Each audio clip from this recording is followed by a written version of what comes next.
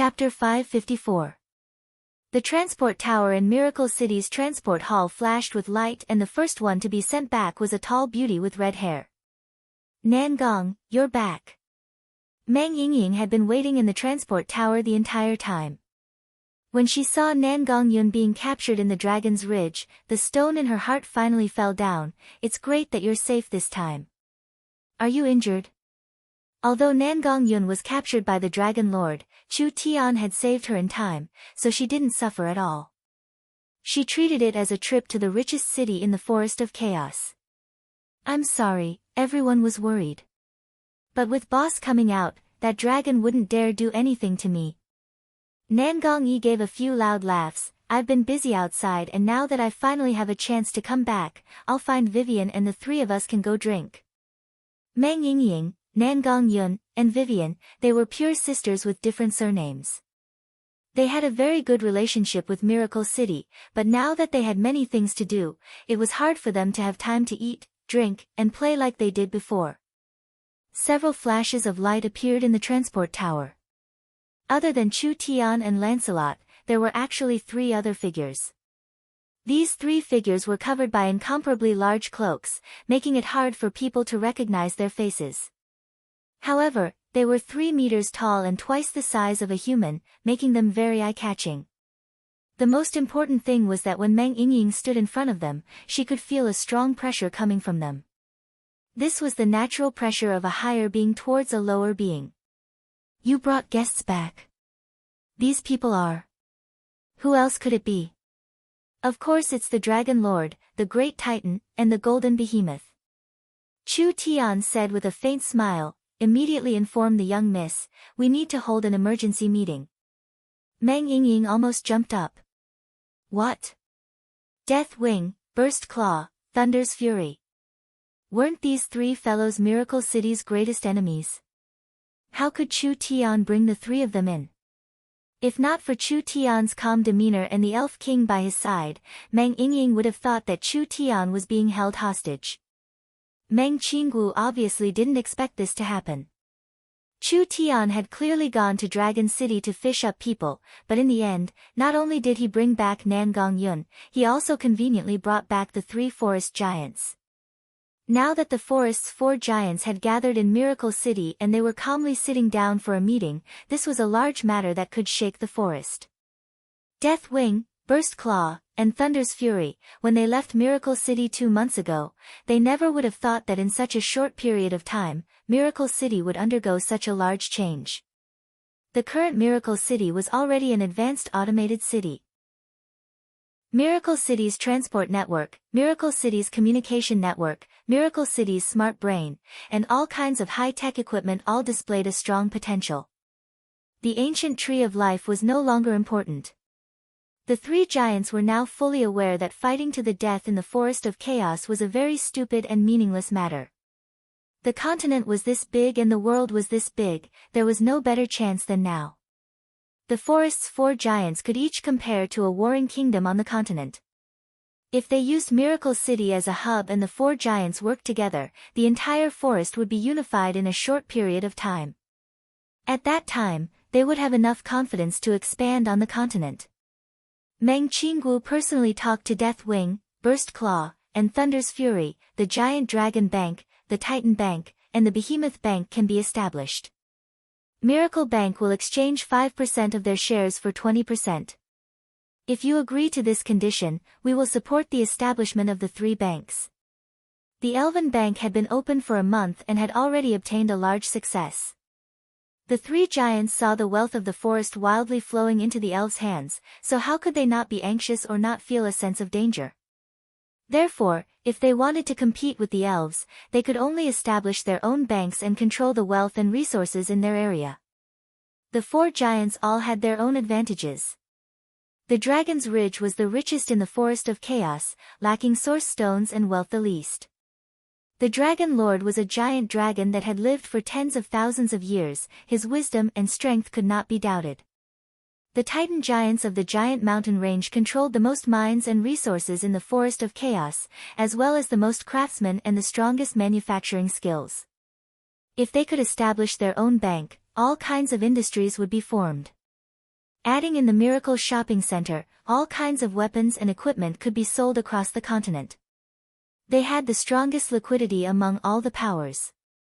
The Savage Highlands did not have the wealth of the Dragon's Ridge, the resources of the giant mountain range, or the order and credibility of the elves, but the spirit beasts had an advantage that the other three giants could not compare to. The other three giants added together couldn't compare to the Savage Highlands. The spirit beasts had a short lifespan, fast growth, large population, and a strong ability to expand. Even if they didn't have any other advantages, their population was enough to support a bank. Of course. Compared to the elves, the three giants did not have an obvious advantage, not to mention the fact that the elves were already in the lead.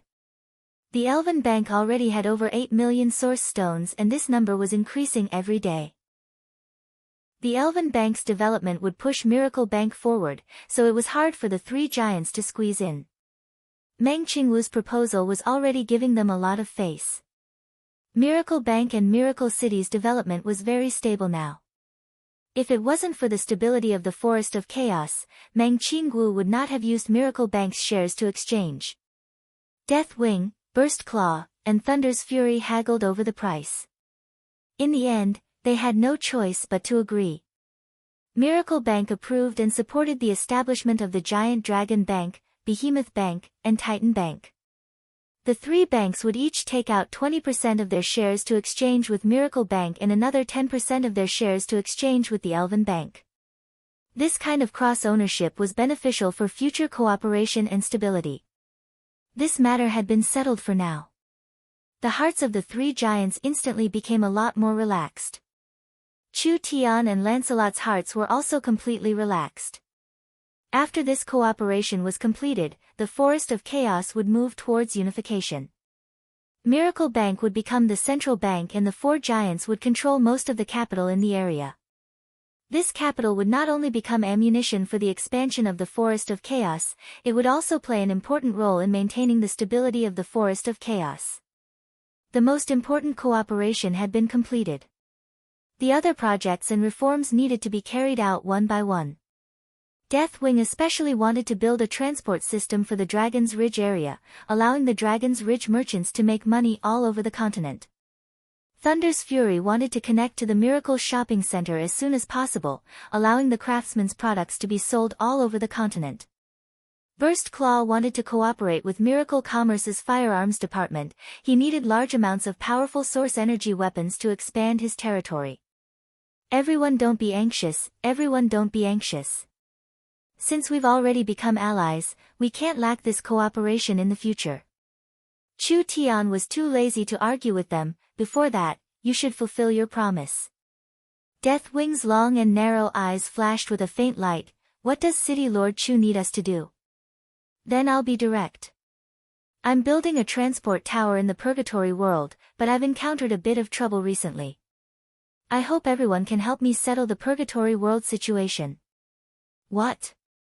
The Purgatory world. Just like how the creatures of the Purgatory world rarely understood the creatures of the surface didn't know anything about the Purgatory world or even the existence of the Purgatory world, but there were exceptions to everything. These people were not normal people, each one of them had extraordinary knowledge and experience, therefore they had more or less heard of the existence of the Purgatory world. The Elven King Lancelot found it hard to suppress the shock in his heart. You actually went to the Purgatory world. This brat's hands really stretched out. He didn't even let the Purgatory world go.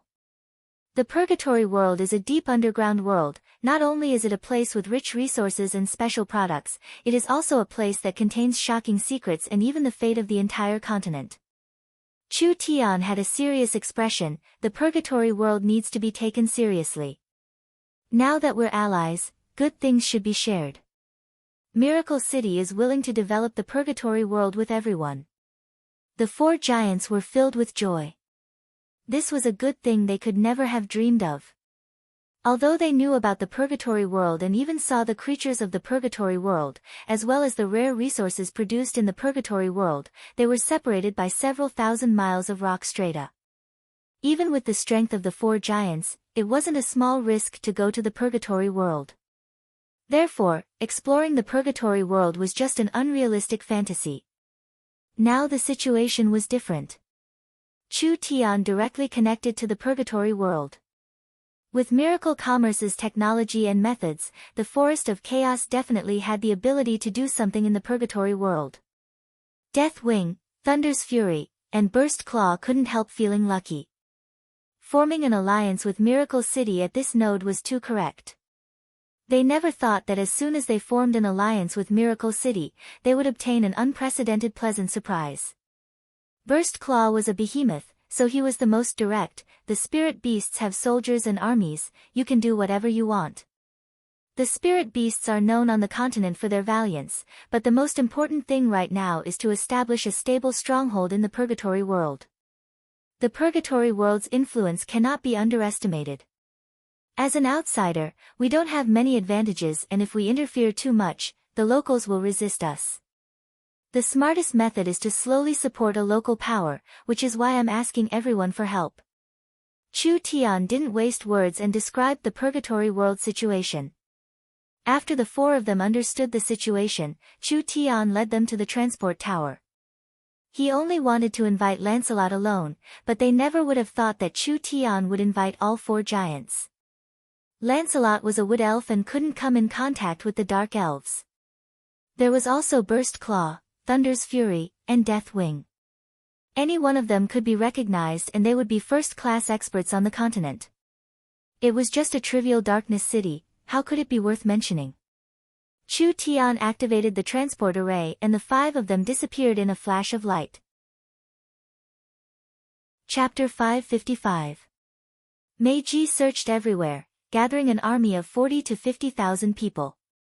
These were the old subordinates of Darkness City, but after the defeat, not only did they lose their soldiers, their morale was also low.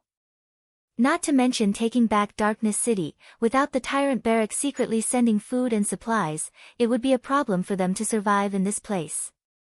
The tyrant barracks has limited supplies and there is a large risk of being discovered if we stay here. Meiji was discussing things with Shadow in the temporary barracks. We have to leave this place and go to a safer place. Shadow was stunned. Chu Tian hasn't returned yet. He has already left for several days, we can't keep waiting like this. This place is always under threat and the army's morale is unstable, it's easy for something to happen. Meiji seemed like he had already made a decision, not to mention that human can bring reinforcements. Don't be stupid, no matter how strong he is on the surface, he can't do anything in the purgatory world. Of course Shadow knew this. He was very unwilling. His father was killed and his city was taken, could it be that he had to run away with his tail between his legs? That human had done many unimaginable things. How was he going to deal with this? We don't have time, we have to leave now. Meiji knew that one more minute meant one more minute of danger. Rather than placing our hopes in an impractical place, it's better to leave behind a final spark for Darkness City. Shadow gave a sigh. They could only do this. Meiji immediately gave the orders. When they were prepared to leave, a sentry suddenly rushed over and said, "Vice City Lord, this is bad. Our tracks have been exposed, there is a large army coming from Darkness City." Meiji's face fell when he heard this. What army? Flame Demon City, Dark Shadow City, Dark Gold City, and Dark Beast City, the elite troops of the four cities, there are around 100,000 of them. Shadow quickly asked, who is leading them? Yes. The four city lords. Everyone's faces turned pale. It's over, it's all over. It was already too late to run now. Because when the sentry came to report, black smoke appeared in all directions. The large advance troops had already cut off their retreat and several thousand elite winged demon soldiers blocked the sky. At this time, the elite troops of the four major cities marched over at an extremely fast speed. The troops Meiji controlled were in chaos, not forming a formation at all. Not to mention fighting, it was even a problem sending out orders. Meiji, are you surprised? A tall and strong flame demon walked in front, he was the Flame Demon City's city lord.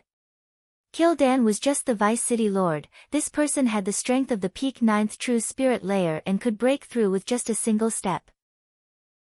Even in the Purgatory world, he was a peak expert. You can only blame yourself for being too stupid.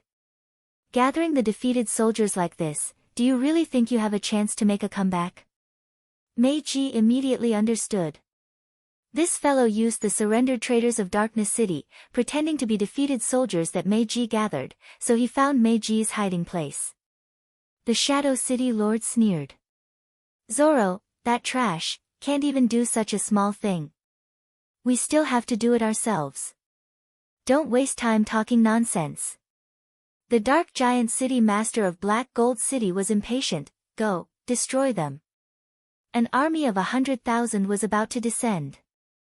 Meiji and Ying's hearts were like dead ashes. The 4 city lords were already very strong existences and now they were surrounding this place with an army of 100,000, they had no chance of escaping. Who would have thought that when the 4 city lords were prepared to attack, there would be a voice that came from the air, "Sorry, I came back a bit late, but luckily I made it in time." Meiji was stunned. The humans had returned. Before Chu Tian left, he had vowed that he would bring reinforcements. Now that he had returned, did the reinforcements come back or not? Chu Tian instantly appeared in the air. There was only 1 small and 3 large figures beside him, he didn't bring anything else. Meiji's eyes were stunned. Where are your reinforcements? Chu Tian spread out his hands. Aren't they all here? Meiji instantly felt despair. Four reinforcements. No matter how strong they were, just 4 trivial people, what kind of waves could they cause? They were facing an army of 100,000, even if it was just the 4 city lords, it would be hard to deal with them. The 5 people that appeared out of nowhere made the 4 Purgatory World city lords slightly stunned. Where did these fellows come from? This was really strange.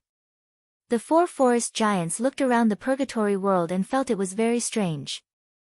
They simply couldn't believe that they had been in the surface world a moment ago, but they had been sent to the underground world several thousand miles deep in an instant. Which little rat is seeking death? Really noisy. Deathwing didn't place them in his eyes at all, treating them like a group of flies. Now that the flies were buzzing around, he clearly felt very dissatisfied. He softly said, "Who's coming?" Thunder's Fury snorted, "The Titan's hand is used to create miracles, this kind of trash cleaning job is beneath his status." The Elven King gave a helpless sigh, "Let's take a look first." "Hey, can you all play properly?" Chu Tian stared at them and said, "Don't forget why you came here." Although they didn't know what he was saying, from the other side's casual tone and attitude, the Purgatory City Lords felt like they had been greatly insulted. Seeking death. The 4 of them were very strong. They were lords of a region in the Purgatory world. When had they ever been looked down upon like this before? With a cultivation base in the peak 9th True Spirit layer, there were already few opponents, not to mention the Purgatory City Lords had resources that normal people couldn't imagine. Therefore, their strength was more than double that of a normal True Spirit expert. Burst Claw stood out at this time, ignoring the powerful killing intent coming from the 4 of them. He just coldly said, "No need to trouble yourself, you can all come together." You.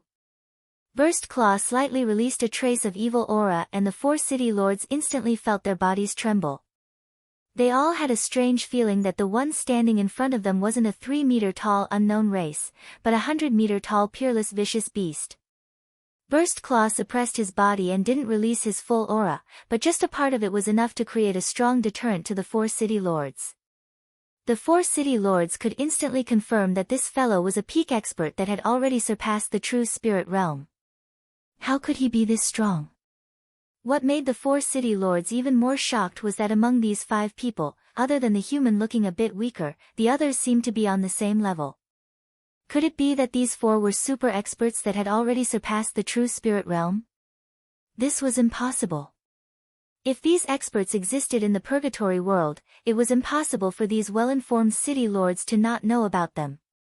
No, it couldn't be true, this was definitely a trick. They were trying to scare off the 100,000 army of the 4 cities with just 4 trivial people. This was simply wishful thinking. Perhaps as long as they made a move, they would immediately be exposed. Although they were thinking this, the 4 city lords didn't dare act alone. They looked at each other and gave the order at the same time, "Kill, kill for me." The 100,000 army instantly moved like a tide. Si de Shang gave the order to attack before flying off. Even if this person in front of them was a super expert that surpassed the true spirit realm, it was impossible for him to instantly defeat 4 peak 9th true spirit layer experts. Even if this fellow in front of them was a super expert that surpassed their imaginations, it was impossible for him to fight against an army of 100,000 elites. Even if they used numbers, they could still kill him. The 4 city lords used their strongest cultivation techniques. The flame demon released a sea of lava and his body was covered in lava. His feet stepped on waves of flames, just like a great demon god that could destroy the heavens and earth. The shadow demon turned into several dozen clones and each clone was filled with a strong power. They all disappeared into the void and disappeared without a trace. Burst Claw faced this aggressive attack, but he did not move at all. He just gave an angry roar into the sky. Roar!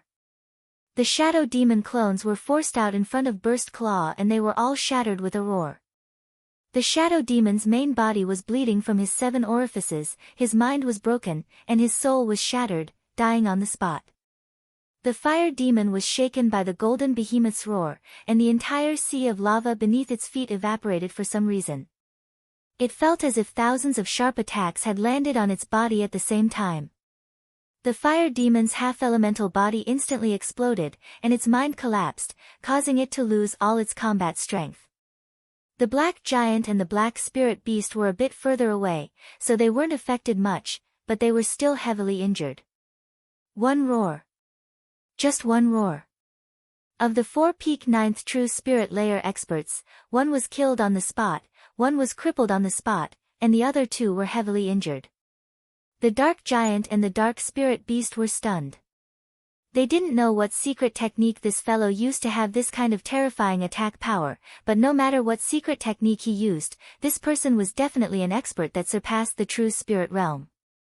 Moreover, his realm was so high that it far surpassed their imaginations. Want to run? The golden behemoth gave a cold laugh and instantly caught up to the dark giant. The dark giant was close to 10 meters tall and the behemoth casually clawed at it. For blood-red blade glows were like iron blades cutting through a watermelon. The dark giant's incomparably large body was torn apart on the spot and a several dozen meter long claw mark was left on the ground. Burst Claw only attacked once, so it didn't matter if he killed him or not. His figure quickly disappeared in the air and he caught up to the escaping dark spirit beast. His arms clawed and the strong body of a peak 9th true spirit layer expert was torn apart like paper in Burst Claw's hands. The 4 city lords couldn't even last one round in front of Burst Claw. Even Chu Tian was very shocked this time. Although he knew that Burst Claw and the others weren't weak, he never would have thought that they would be this strong. The troops of the 4 cities were all stunned. The 4 city lords were defeated just like that. Chapter 556. The strong were respected in this world. The purgatory world was a place where large amounts of dark races and demons lived. The struggle for survival was even crueler and they worshipped experts even more. The 4 city lords were not just city lords, they were also the spiritual leaders and strongest experts, otherwise it was impossible for them to rule the city. The 4 respected and revered bigwigs were easily defeated like weak chickens. A destructive blow, this was a destructive blow to their morale. Burst Claw was worthy of being the overlord of the Savage Highlands. Not only did he have a high cultivation, he was also a behemoth, a golden behemoth. His race was blessed by the heavens and because of his innate talent, he could defeat cultivators several realms away. Not to mention that Burst Claw's cultivation wasn't low. Could several peak 9th true spirit layer experts be his opponent? Burst Claw didn't have enough fun at all. Roar! Before the armies of the 4 cities could recover from their shock, a roar that was 10 times louder than before erupted. It could spread over several hundred miles of wilderness, making every living being feel fear from their souls. That wild and bloodthirsty killing intent was like a volcano that had been suppressed for tens of thousands of years suddenly erupting. Burst Claw instantly released all the secret technique seals and instantly turned into a 200 to 300 meter tall colossus. This colossus looked a bit like a gorilla, but it was twice as thick and 10 times more ferocious. The fur on its body seemed to be plated with a layer of dark gold, and its claws that contained berserk power were scarlet red. The true appearance of a behemoth. A thick arm was raised, and around the 5 scarlet fingernails, a raging energy storm was set off. Finally, the storm gathered together and swept out. Blood-red violent energy poured out in torrents, forming a giant energy tornado that was several hundred meters tall. Ah! Monster! Monster! Wherever this blood-red tornado went, the entire terrain changed. As long as one was sucked in, whether it was flesh or stone, they would all be turned to dust by the high-speed energy flow. The power of a golden behemoth was not something a normal person could resist. When had these purgatory world creatures seen this kind of terrifying existence before? They were all scared out of their wits. Even if they had the advantage in numbers, they didn't have any thoughts of fighting at this moment. They could only throw away their armor and run in all directions. Burst Claw revealed a look of disappointment. The purgatory world was more boring than imagined. The 100,000 people weren't weak, and if they fought back, Burst Claw would have to spend quite a bit of energy. Who would have thought that these fellows would run without even fighting, making Burst Claw unable to enjoy the joy of fighting and killing? Sir Burst Claw, the power you've displayed is enough. Chu Tian reminded, it's best if we don't waste too much time on these shrimp soldiers and crab generals. Burst Claw said in a very disdainful voice, you can guess Darkness City's level from these trash abilities. For such a weak city, you actually asked us to work together, you're looking down on us too much. Don't say so much, just treat it as a vacation in the purgatory world. Let's go. Chu Tian didn't forget to look at Mei Ji and the Shadow Envoy. What do you two think of the reinforcements now? Both of them seemed to have lost the ability to think at the same time. This golden behemoth seemed to be the weakest among the 4, but even so, it possessed shocking combat power. How powerful were the other 3? A dragon's roar filled the sky. A dragon's might covered the sky, and it almost made the escaping army go crazy. Those with weak willpower couldn't resist kneeling on the ground. Deathwing released the restriction on his body and spread his wings into the air, turning into a 50-meter-long giant dragon. Each black scale seemed to be filled with a powerful energy, and his body was covered in a layer of destructive dark flames. Dragon. It's a dragon. Perhaps there were people in the purgatory world who couldn't recognize a behemoth, but there was no one who couldn't recognize a dragon. After all, whether it was on the surface or underground, the dragon race and fire dragon subspecies were widely distributed. The giant dragon was a high-level dragon race with the purest bloodline. The black dragon in front of them was clearly a mature giant dragon that had lived for countless years. The might and strength the black dragon revealed was even stronger than the behemoth's. That pair of large and narrow eyes swept over the place, directly destroying the fighting spirit of the purgatory world soldiers. With the Dragon Lord's pride, it disdained to slaughter a group of defenseless trash. It released a dignified and loud voice, "Where is Darkness City?" Chu Tian pointed in a direction, "This place." As soon as Chu Tian's voice fell, another majestic heavenly might descended. The sky of the purgatory world was covered in thunder clouds for the first time, and countless bolts of lightning wildly intertwined. The great Titan Thunder's Fury released his seal and instantly turned into a 100-meter-tall giant. Titan, this was an ancient race that was not inferior to the behemoth and giant dragons. Legends say that the Titans had the hardest metal as their skin, magma as their muscles, lightning as their blood, and crystals as their bones. This race was not just the strongest warriors on the continent, they were also the most outstanding craftsmen on the continent. Titan's Fury. Thunder's Fury raised his hands high up, and all the energy gathered in the thunderclouds gathered in his hands. In an instant, a lightning storm was formed. Thunder's Fury's hands rubbed the lightning together like cotton, finally turning it into a 100-meter-long lightning arrow. Go! Thunder's Fury waved his hand in the direction of Darkness City and the lightning arrow released a terrifying whistling sound.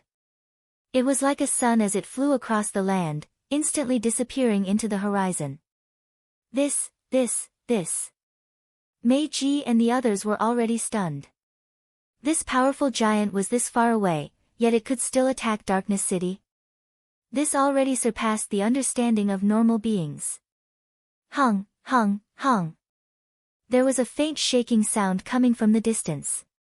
When everyone rushed to Darkness City without stopping, the scene in front of them filled them with shock. There was a large hole in Darkness City's protective barrier and almost the entire city wall was destroyed. The terrifying impact clearly spread into the city, causing several buildings to collapse and over 100 buildings to be damaged. As for the number of casualties, it was impossible to calculate. The Titan had shot an arrow from several hundred miles away, completely destroying Darkness City's defenses. What kind of earth-shattering power was this? Thunder's Fury's destructive might was this strong. In front of this kind of expert, normal barriers were no different than paper. If they weren't afraid of Lancelot, Cenarius, and Augusta, these peak experts of the Forest of Chaos, perhaps Miracle City would have already been turned into ruins by the Behemoth's fury, the Titan's lightning, and the Black Dragon's breath. Deathwing arrived in Darkness City first, ignoring the densely packed resistance in Darkness City. A purple-red flame came out of Deathwing's mouth and he spat it out as he flew, circling the city in a short period of time. The purple-black flames ignited Darkness City and countless people cried out pitifully as they struggled in the terrifying dragon flames. Deathwing was a black dragon that specialized in darkness, curses, and death energy. This was not a normal flame, rather it was a dark dragon flame filled with death energy. Not only could it instantly destroy any building or defense, it could also ignite living beings and turn them into undying monsters. Therefore, any target killed by Deathwing's death dragon flame would immediately become a puppet controlled by Deathwing. A single dragon flame burned tens of thousands of people. The tens of thousands of people were quickly reborn from the flames, but they had already turned into wild monsters. The low life forms in Deathwing's eyes were no different from ants. No matter how many ants he killed, he wouldn't feel any guilt. As long as he wanted to, it wasn't hard for him to ignite the entire city. Stop. Chu Tian saw Darkness City in a mess and immediately shouted out, I want to complete Darkness City, do you want to create a pile of trash ruins? Meiji's heart trembled when she saw this.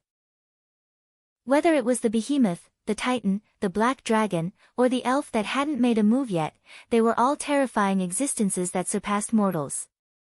Chu Tian dared to use this kind of tone to talk to them, this was too crazy and too risky. Enough! An angry roar came from the Darkness City that was about to turn into ruins. A figure charged out with extreme speed, without any decorations or tricks. His body was covered in spirit energy as he charged at the Black Dragon in the air in a wild and violent manner. Lancelot saw the figure covered in spirit energy from afar and he revealed a slightly surprised expression, but his voice was still calm, a Heaven Domain Realm cultivator. The Heaven Domain Realm was the fourth large realm of cultivators. There weren't many cultivators that could reach the Heaven Domain Realm on the continent. If the true spirit realm could only be considered an expert in a certain area, then once one reached the Heaven Domain Realm, they could be considered an expert in most areas of the continent. Other than a few truly hidden old monsters, Heaven Domain Realm experts could move unhindered on the continent. This must be the Eastern Territory king raised by the four city lords. Meiji said in a somewhat worried voice, his strength is unfathomable. Then, that. Can His Excellency the Black Dragon deal with him? Ha. Lancelot's laugh was elegant and filled with charm, just like a graceful noble cultivator, there are strong and weak in the Heaven Domain Realm. This demon is only in the mortal domain realm, he can't cultivate a mature source spirit domain. Deathwing Nidhogg is in existence close to the sacred domain realm and because of the giant dragon race's innate advantage, he can even fight a true sacred domain expert. The Heaven Domain realm was divided into the early, middle, and late stages: Mortal Domain, Spirit Domain, and Sacred Domain. Deathwing Nidhogg was in the peak 6th Heaven Domain layer, that was a powerful existence that was half a step into the Sacred Domain realm. With the giant dragon race's innate strength and innate advantage, even if he fought a Sacred Domain cultivator, he wouldn't be at a disadvantage. This demon known as the Eastern Territory King was not weak, at most he was in the 1st or 2nd Heaven Domain layer. He was only in the Mortal Domain realm and couldn't cultivate a powerful domain, so how could he fight the strong Dragon Lord? Chapter 557. Heaven Domain experts were very rare. This was mainly because the cultivation of a Heaven Domain expert couldn't be casually achieved, and it wasn't something that could be achieved by wildly consuming pills. A large part of the Heaven Domain expert was related to their race's limit. This was the dividing line between a low and high-level race. For example, Deathwing, Thunder's Fury, and Burst Claw all had a pure high-level bloodline, therefore they didn't need to cultivate and could reach the Heaven Domain realm as soon as they reached adulthood. If it was a human, then as a low-level race, they wouldn't have any power and all their cultivation came from hard work. When they reached the true spirit realm, they had already reached the ceiling and couldn't go any higher.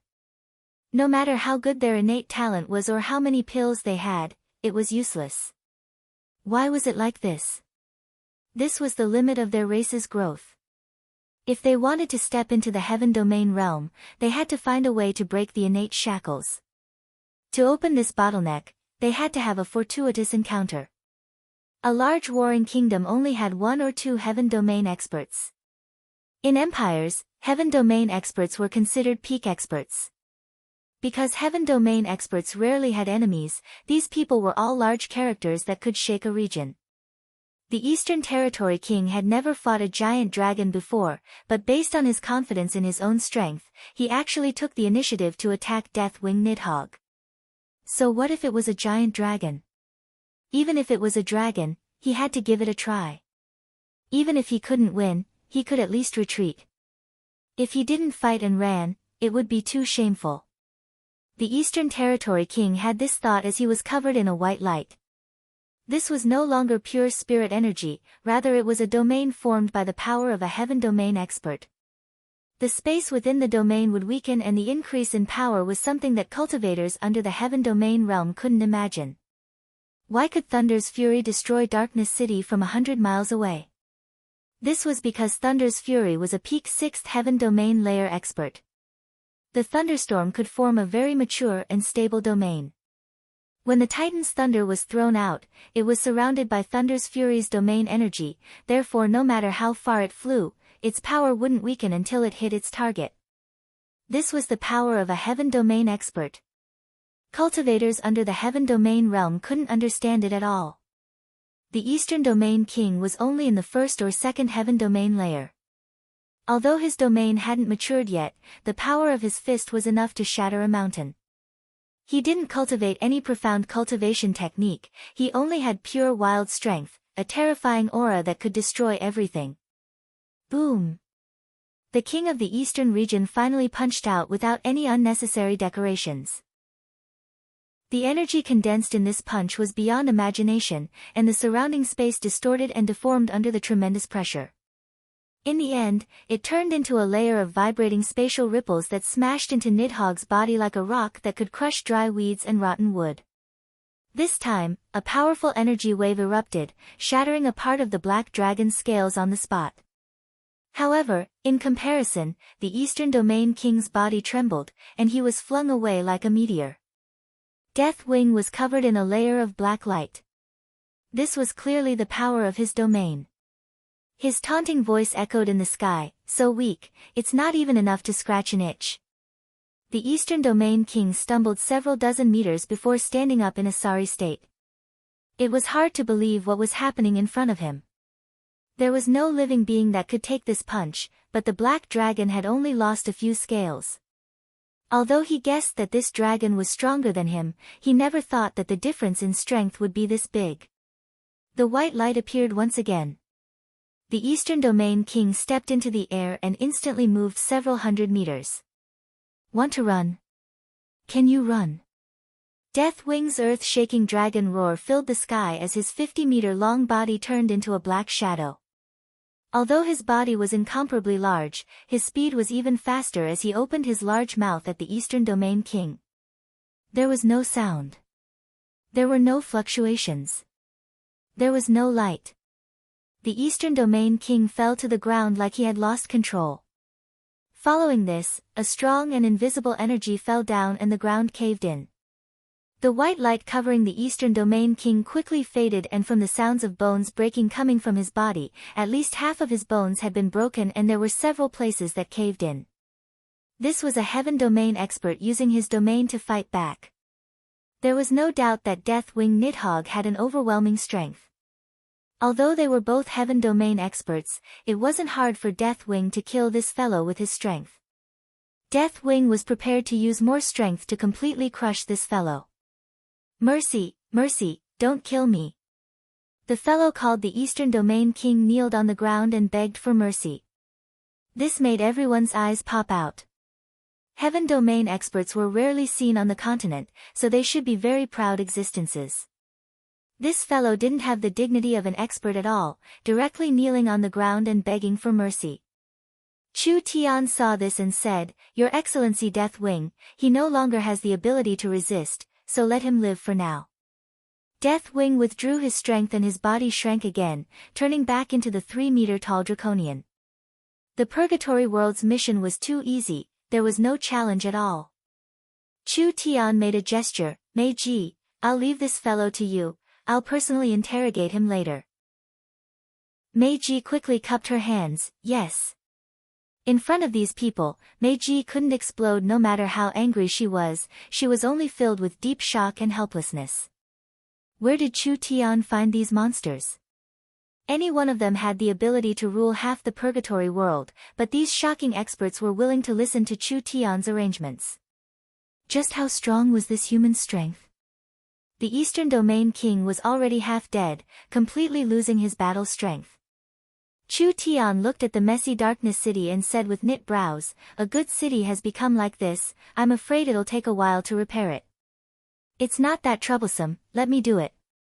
The Elven King Lancelot hadn't made a move yet, but he took the initiative to come out at this time.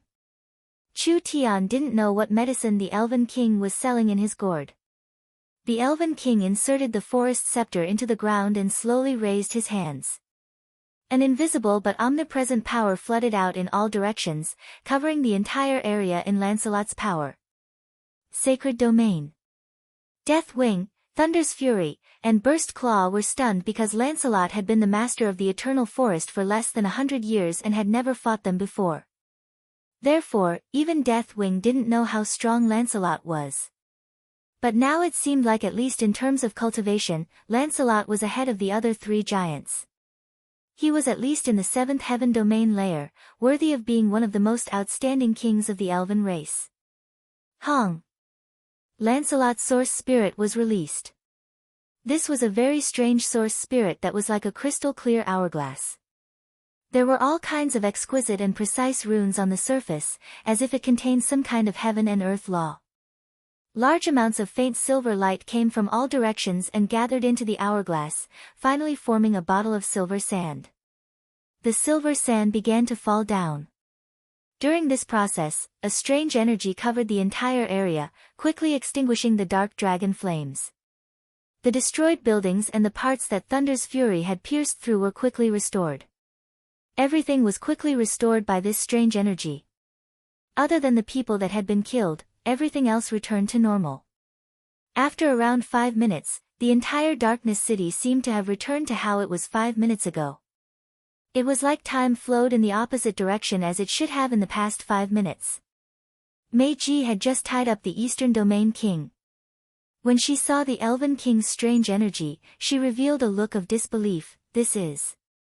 Chu Tian rubbed his chin and revealed a very interested expression. Time source spirit. Sir Elven King really has hidden his strength well. Lancelot didn't use his true strength because with the forest scepter in his hand, he was already comparable to most experts. Now that they saw the Elven King's own strength, everyone revealed looks of shock because who would have thought that the Elven King's attribute would be time that was rarer than space? Time hourglass. This was the Elven King's source spirit. Lancelot could collect the flow of time and turn it back, so all the buildings destroyed in the battle were restored. Time power, this was one of the most mysterious and complex energies in this world. Lancelot not only had an innate time energy, he could also turn back time. His innate time energy was very strong. Death Wing, Thunder's Fury, and Burst Claw's expressions all changed. Lancelot really wasn't simple. Although the elves didn't have an advantage in terms of race, so even if their cultivation was a bit higher, they wouldn't have the advantage. However, with the Forest Scepter and the ability to control time, the Elven King's overall strength clearly surpassed the three giants. Luckily they didn't directly clash with this fellow. Darkness City was basically repaired after being destroyed. With the overwhelming strength of the four forest giants, they took back Darkness City without any suspense. Moreover, with Darkness City as the center, Flame Demon City, Dark Shadow City, Dark Gold City, and Dark Beast City, now that the City Lords and Vice City Lords had been taken care of, the millions of citizens and soldiers were in chaos. The 5 cities were all controlled in their hands. Close to half of the Purgatory World's eastern territory was in their hands. Chu Tian cleaned up Darkness City before bringing the 4 giants and Mei Ji to the main hall. The Eastern Domain King was also brought in. The Eastern Domain King's injuries weren't light, but he wasn't a normal race, his vitality was very strong, so it wasn't fatal yet. Spare me, I'll do anything. Don't kill me, don't kill me. The Eastern Domain King kept kowtowing on the ground, which made Death Wing and the others very dissatisfied. A respected Heaven Domain expert didn't even have a bit of backbone, this was simply throwing away their face. Chu Tian calmly said, "That will depend on your performance." Chapter 558. The king of the eastern region was 2.5 meters tall, muscular, and had a humanoid figure. He had a head and 4 arms, but he didn't have a demon tail or horns. He didn't even have a mouth, nose, or ears. However, his throat had a special structure that vibrated to speak. In addition, he had no hair from head to toe, and his skin was pitch black with a metallic luster. It was like a lump of black iron in human form. This unlucky guy only had a few days of prestige, and now he had become a prisoner at the mercy of others. The Eastern Domain King didn't have any aura at all. His body was wrapped in chains and he couldn't move as he knelt on the ground. He was being held by Mei Ji and Shadow on the left and right, looking around in a panic. He looked stupid and ugly, he didn't look like a peak expert that had reached the Heaven Domain realm. That was strange. This demon had just been seriously injured by Death Wing and had almost recovered in a short period of time. This kind of regenerative ability did not seem to be something that any corporeal demon should have. Chu Tian was too lazy to guess and asked directly, "What race are you from? What's your name?" "I'm from the Black Demon race." The Eastern Region King hurriedly said, "My full name is Atu Raymond Geddon Bigo Almond." The names of the evil demon race and the dark race were usually long and stinky. Mei Ji, Ing, if the full name was said out loud, it would be a few dozen words. The evil demon race and the dark race were called by their abbreviations. Just 2 or 3 words were enough. His name was Atu. Black demon race? Motherfucker, you think I'm uncultured? Chu Tian knew about the Black Demon race. The Black Demon race was a kind of low-grade demons, they were basically the same as the Green Demons. Could the Black Demons cultivate to the Heaven Domain realm? What's more, this Atu's body didn't have any dark demon characteristics. That metallic luster of his skin was as hard as steel. It was clear that this scoundrel was talking nonsense, so dishonest, and I hate dishonest people the most. I have to teach him a lesson. First, cut off his limbs. Mei Ji was about to execute him. No, stop. Atu's expression changed greatly in fright as he immediately defended himself. I really am. Hey Mo, I only met with an accident and became like this. Chu Tian raised his hand to stop Mei Ji and asked, "What accident?" Atu didn't dare to hide anything. He recounted the bizarre experience that he had gone through in its entirety. 20 years ago, Atu was just a low-level demon living at the bottom. One day, as usual, he went into the mountains to look for medicinal ingredients. However, he unexpectedly fell into the ruins of an underground palace. He was trapped for more than 10 days. In his hunger and thirst, Atu discovered that there was a type of blood-red Lingji mushroom in the underground palace. He didn't know the origin of these Lingji mushrooms, but he didn't care so much at that time. He immediately ate these Lingji mushrooms as food. Chu Tian frowned and asked, "What happened next?" "There is no after." Atu said with a nervous expression, "After I ate those things, I fell asleep. When I woke up, an entire 20 years had passed. My body had undergone great changes and my strength had increased by more than 100 times. In the end, after half a year of cultivation, I grasped some of the secret techniques recorded in the underground palace and finally broke through the barrier to escape." Did he eat a strange elixir? He slept for 20 years. After waking up, his body underwent a huge change, and he gained 100-fold strength? No matter how one looked at it, it was all nonsense. I swear on my name as a demon that my soul will fall into eternal hell if I say half a lie. Atu didn't care about this much. In order to protect his life, after I left the underground palace, I found that my cultivation had reached the first heaven domain layer. If I met those fellows from Flame Demon City now, if I met those Purgatory City lords 20 years ago, I would be no different from a bug on the side of the road, being trampled to death at any moment. What I never thought was that these Purgatory City lords would be very respectful to me, wanting to support me in the Eastern Territory King position. They even promised to take down Darkness City and make it my personal city, so. He roughly understood. If Atu really wasn't lying, it was very likely that he had a fortuitous encounter. This was because a medicine that could change a person's physique and affect them even more deeply, perhaps only a legendary divine-grade medicine could do this. Atu swallowed this kind of top-grade medicine and not dying was already a great fortune. In the end, his physique was mysteriously changed and his strength increased greatly. This fellow's luck could no longer be described as good. The motives of the Purgatory City lords could be easily explained. Even if this fellow had the strength of a heaven domain expert, his thoughts were still at the level of a dark demon. His brain wasn't good and he was short-sighted, only having martial strength and no influence. The status of a heaven domain expert was very useful. The 4 city lords could use his name in the future. Wouldn't they be able to sweep the resources of the entire region? The tribes and powers that didn't submit would instantly return, paying tribute and not daring to disrespect them. This was a large advantage for the Purgatory cities. Atu had mysteriously become the Eastern Territory King. There would be risks with a heaven domain expert by his side, therefore he decided to attack Darkness City. There were many reasons for this war. First was a demonstration. Darkness City was a purgatory city with a decent influence in the Eastern Territory, so if the Eastern Territory King destroyed Darkness City, there would be hundreds of powers that wouldn't even need to fight to pay tribute. Therefore, this battle had a very large meaning. It was mainly to shock the mountains, killing the chicken to warn the monkeys. Second was isolation. Even if Atu became a heaven domain expert, he didn't have a foundation.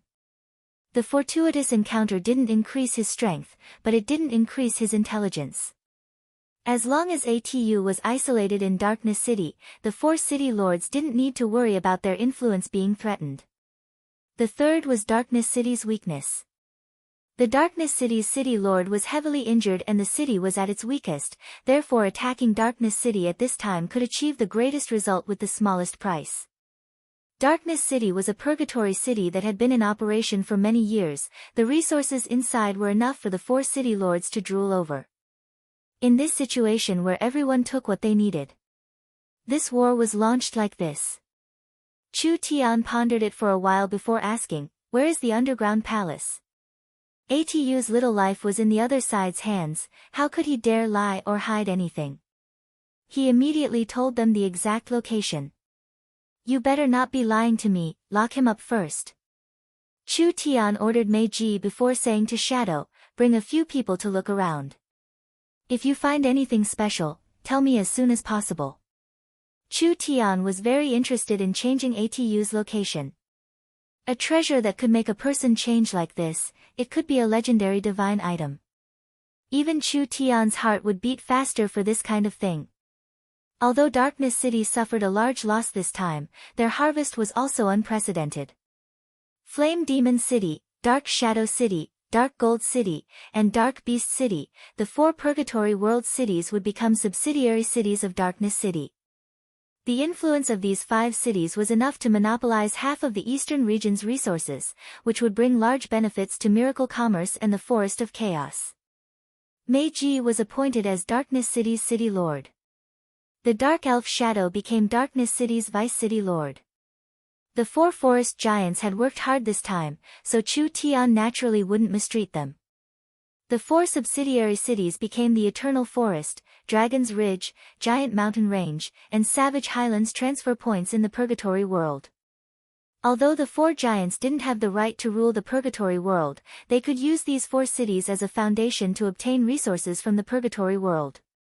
Father, Big Brother Chu Tian, I didn't come. Vivian brought several dozen people over. Vivian's strength had increased by leaps and bounds, she was already a spatial expert in the peak 6th true spirit layer. This is the Purgatory World. It really is too mysterious. Lancelot was a bit stunned. Why did you come? Sir Elven King, there's no need to be surprised, I told her to come. Chu Tian nodded to Vivian. These people are innate spatial energy experts that Miracle Commerce has spent a lot of money to train. Now Vivian has formed a spatial engineering team to build the spatial mines, and the most important thing is to create a spatial plank road connecting the spatial crack to the outside world. Whether it was Darkness City, the 4 major cities, or even the Tyrant Barracks, Chu Tian wouldn't personally manage them. This was because Chu Tian was an outsider and each place had its own rules. If he interfered too much, it would disturb the order and Chu Tian would become the target of the underground world. This was not something Chu Tian wanted to see. Miracle Commerce had to establish a headquarters in the Purgatory World, right? Chu Tian felt that the space formed by the spatial mines was the best place. Not only could this place provide Miracle Commerce with precious resources, it could also use the special spatial terrain to create a spatial fortress. The spatial engineering team led by Vivian had the biggest task of creating a spatial plank road in the middle of the spatial crack. This passage only allowed Miracle Commerce's people to enter, and if someone wanted to surround them, they just needed to close the spatial plank road. The natural spatial turbulence from the spatial crack could block all intruders. When the Purgatory World's spatial fortress was finished, Meiji also began to organize Darkness City and the 4 subordinate cities. The Purgatory World had already been infiltrated by Chu Tian's influence. Meiji asked, do we need to take care of the fellow locked in the dungeon? Why do we need to take care of him? Chu Tian shook his head and said, this fellow is a bit stupid, but his status as the Eastern Territory King is still useful. We need a Heaven Domain expert to support the Purgatory World, so you should push him onto the stage. I believe it will be very helpful to the small and medium powers. Not to mention that this person's body is a bit special, perhaps he has other values. Meiji knit her brows. According to her thoughts, this fellow should be killed, but Chu Tian was thinking even further. Chu Tian wanted to rule the entire Eastern Territory and even the entire Purgatory World. Chu Tian wasn't afraid of raising a tiger because with Lancelot and the other large characters here, this fellow didn't pose a threat and didn't dare pose a threat. Shadow had already returned at this time. According to the information Atu provided, we have indeed found an underground ruin. Good, very good, we have to personally take a look. Chu Tian said to Lancelot and the others, I'm afraid we'll have to trouble everyone again. How could this be considered trouble? How could the 4 of them not be interested in Atu's fortuitous encounter? Perhaps there would be a special harvest. So they readily agreed without even thinking about it. Chu Tian led the 4 of them to the location. Chapter 559. The purgatory world was divided into 5 regions. Because the shape of the purgatory world wasn't regular, the 5 regions were all different in size and space. The central region was without a doubt the largest, with 50% of the intelligent races in the purgatory world as well as the 2 most famous great demon overlords. The other 4 regions were a bit smaller. The underground palace was near the central region and it didn't look strange from the outside. It was covered by several mountain ranges and there wasn't anything strange around it. The entrance to the ancient ruins looked very simple, like it was an ancient ruin that could be seen everywhere. Chu Tian led the 4 giants to begin their exploration. The few of them first used the pulse reading technique to examine the surrounding area. In the end, they discovered that the terrain of this place was also extremely mediocre. Furthermore, there was not a single earth spirit vein that passed through this place. In this kind of place, not to mention the legendary divine medicine, they reckoned that even ordinary spirit medicine would not be able to grow here. Thunder's Fury's expression was not good. It seems like we've been tricked by that fellow. It's impossible for a heaven-stealing treasure to appear in this kind of place. Burst Claw and Death Wing were filled with rage. What kind of noble status did they have? They were actually tricked by a lowly demon, running all the way to this damn place where even birds wouldn't shit. They definitely couldn't let them off. Lancelot was not in a rush to express his position. He looked at Chu Tian beside him and asked, "What do you think?" Chu Tian didn't believe that Atu would trick him. Atu indeed didn't seem like someone who cultivated step by step to the heaven domain realm, and his physique was a bit strange, so Atu's words should be believable. There's no need to rush to a conclusion, let's take a look first. What else could they do? Since they were here, they couldn't just leave without taking a look, right? The underground palace was very simple, but the space was large enough, so it was no wonder Atu was trapped inside. But this bit of space didn't count for anything to Chu Tian because Chu Tian had the vision domain divine sense and the little fox's divine eye, so it didn't take much effort to figure out the surroundings. At the same time, he found the place where Atu said he found the divine herb. When Chu Tian walked in, his vision was filled with over 100 strange altars. These altars were around 30 meters tall and there were all kinds of strange runes and totems on the surface. According to Chu Tian's guess, it should be the style of the ancient heaven race. This also meant that this palace had existed here for at least several tens of thousands of years. Atu said he found that strange herb of unknown origin here. Let's go up and take a look. As Chu Tian spoke, he floated up. When he stood on the ancient altar, he found that there was a groove on the surface of the altar. It was filled with a grayish-white substance. When he grabbed a handful and examined it carefully, he discovered that it was some sparse mottled crystal sand. Lancelot knit his brows. "This is..." Chu Tian replied, "This is a kind of spiritual earth." Death Wing didn't agree with Chu Tian's point of view. "This is clearly a crystallized substance. How could it be spiritual earth?" Spiritual earth, as the name implied, was a kind of top-grade soil used to cultivate heaven and earth treasures. In normal situations, spiritual earth was dug out from the depths of a spirit vein. After being nurtured by the spirit vein for thousands or even tens of thousands of years, it was a kind of super soil. But spiritual earth was still soil in the end. Once it crystallized, it meant that its energy was solidified and it was hard to absorb, so naturally it couldn't be considered spiritual earth. Spiritual earth is divided into grades. This kind of spiritual earth is a top-grade spiritual earth with strong energy, but because it has been abandoned for too long, the energy has solidified into crystal sand. Chu Tian didn't seem like he wanted to delve deeper into this matter. He looked around at the altars. The altars in this underground palace are all filled with a layer of spiritual earth. If my guess isn't wrong, this should be a special plantation. This is a plantation. Isn't this a bit too strange? Lancelot looked around and said, "Even if the crystal sand on the altars is made of spiritual earth, each altar can only grow 1 herb. 1 is enough." Chu Tian bent down and continued to dig the crystal sand. This crystal sand seemed to be layered. The top layer was dry and rough, while the middle layer was smooth and warm. When Chu Tian dug out the bottom layer of crystal sand, Chu Tian was surprised to find that the bottom layer of crystal sand was dark red in color. Really strange, what was this thing? Chu Tian picked up a handful of dark red crystal sand and placed it in front of the little fox. Help me see what this is made of. The little fox licked it and carefully tasted it before swallowing it into its stomach. It revealed a doubtful expression and then smacked its lips a few times, carefully tasting it for a few seconds.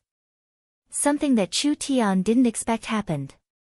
The little fox suddenly gave a loud cry and jumped up from Chu Tian's body. It was like an unlucky child that had accidentally eaten 10 chili peppers, jumping up and down from the spiciness as it rolled around on the ground. The Elven King asked in a surprised voice, "Is it poisoned?" "Impossible." Chu Tian was also very shocked by the little fox's performance. The little fox had never acted this strangely before. "I've never seen a poison that could poison it before." The little fox danced around for a full 5 minutes before slowly recovering. It spat out its tongue while excitedly gesturing at Chu Tian a few times. Chu Tian's eyes lit up. "You're sure it's correct?" The little fox nodded to express that it was correct. Burst Claw could not understand the communication method between Chu Tian and the little fox, so he couldn't help asking, "What did you guys find?" "Everyone, don't be anxious. We can't confirm it for now, so we still need to verify it. But once it's confirmed, we'll have made a large profit this time." Chu Tian suddenly saying this made the 4 giants confused. Chu Tian pointed at the ground and added, "I think there's a space under the palace and our answer should be inside. Everyone follow me." Chu Tian released his divine sense in all directions and finally found a secret passage in the middle of the altar. Without saying anything else, he immediately led the 4 giants down the passage. Such strong energy fluctuations. Before the 5 of them even reached the end, they felt something strange. There seemed to be a very strong energy fluctuation here, and this energy fluctuation was something that even Deathwing had never seen in his 10,000 years of life. The aura it was filled with made even Titan, Behemoth, and Giant Dragon feel a strong pressure. What was going on? The 4 giants finally realized that this underground palace was not as simple as they imagined. When Chu Tian brought the 4 of them out of the exit, a naturally formed underground cave appeared in front of them. This cave looked very spacious, and the most eye-catching thing was that there were more than 100 blood-red crystal thorns that pierced directly into the scarlet sea that filled the lava cave from the upper level. These over 100 giant blood-red crystal spikes should be the over 100 altars in the underground palace. The altars used these crystal spikes to form a scarlet sea and then absorbed some kind of energy from the sea, using it to cultivate the elixirs on the altars. This was a cultivation method he had never seen before, at least Chu Tian had never heard of such a strange method before. "What is this?" Deathwing stood on the platform and his long and narrow dragon eyes stared at the scarlet sea under the cave. It seemed to be a kind of viscous and flowing energy. "Why do I feel a strong aura?" This aura is actually above a giant dragon's. When Chu Tian faced the Scarlet Ocean, he was finally able to confirm his guess. "I understand, I finally understand." Thunder's Fury quickly asked, "What do you understand?" Atu didn't lie, everything that happened to his body did happen in the underground palace. When Chu Tian said this, his eyes suddenly flashed with a fanatical light. "This is a farm that uses demons and gods as food." With this, the 4 giants were shocked. What did Chu Tian say? A farm that used demons and gods as food? How could this be possible? This was pure whimsical nonsense. You might not believe it, but this is the truth. Do you see the sea under your feet? Chu Tian stared at the red sticky substance under the cave. If my guess isn't wrong, a great desolate era demon god must have fallen here. After the ancient heaven race found this demon god's corpse, they thought of a method to insert over 100 energy-absorbing crystal needles into the demon god's body. Then they used these energy-absorbing devices to build an altar and placed top-quality spiritual soil on top of the altar to cultivate herbs. Lancelot seemed to understand a bit. "You're saying that the ancient heaven race used the demon god's energy to nourish the herbs, so the herbs they cultivated were filled with demon god's energy?" That's right. Chu Tian nodded and continued to explain, the heaven race left for an unknown reason. They took away all the herbs they cultivated, but they left behind a seedling that hadn't grown yet. Tens of thousands of years later, Atu accidentally fell into this underground palace, and this seedling had matured after tens of thousands of years, so it was filled with the essence of the demon god's energy. Therefore, after Atu ate this herb, his body immediately changed, becoming completely different, and his strength greatly increased. This sounded very strange. But it was the only reasonable explanation. In fact, the first time Chu Tian discovered Atu's powerful recovery ability, he had already connected Atu to the divine servant. But this was still unimaginable, so he didn't dare make a judgment. Now there was no doubt. It was no longer important how the heaven race did it. Now Chu Tian knew that in the Scarlet Sea, there was a high chance that the demon god's corpse was hidden there. How precious was the demon god's body! When Chu Tian was in the Central State Trial Tower, he only had a bit of God's blood and a few bones, but it was enough for him to create a powerful monster like the Divine Servant. If he could obtain a complete one, how much help would it be to Chu Tian's research? Chapter 560. The Scarlet Sea was formed from the blood essence and flesh of an ancient demon god. The heaven race's altar absorbed the energy from within, allowing the herbs it cultivated to have the characteristics of a demon god. Atu had coincidentally taken this herb, therefore his body had undergone a large change, and he was now in existence similar to a divine servant. Of course, compared to a true divine servant, Atu didn't have the power of a demon god, it only increased his body's regenerative abilities.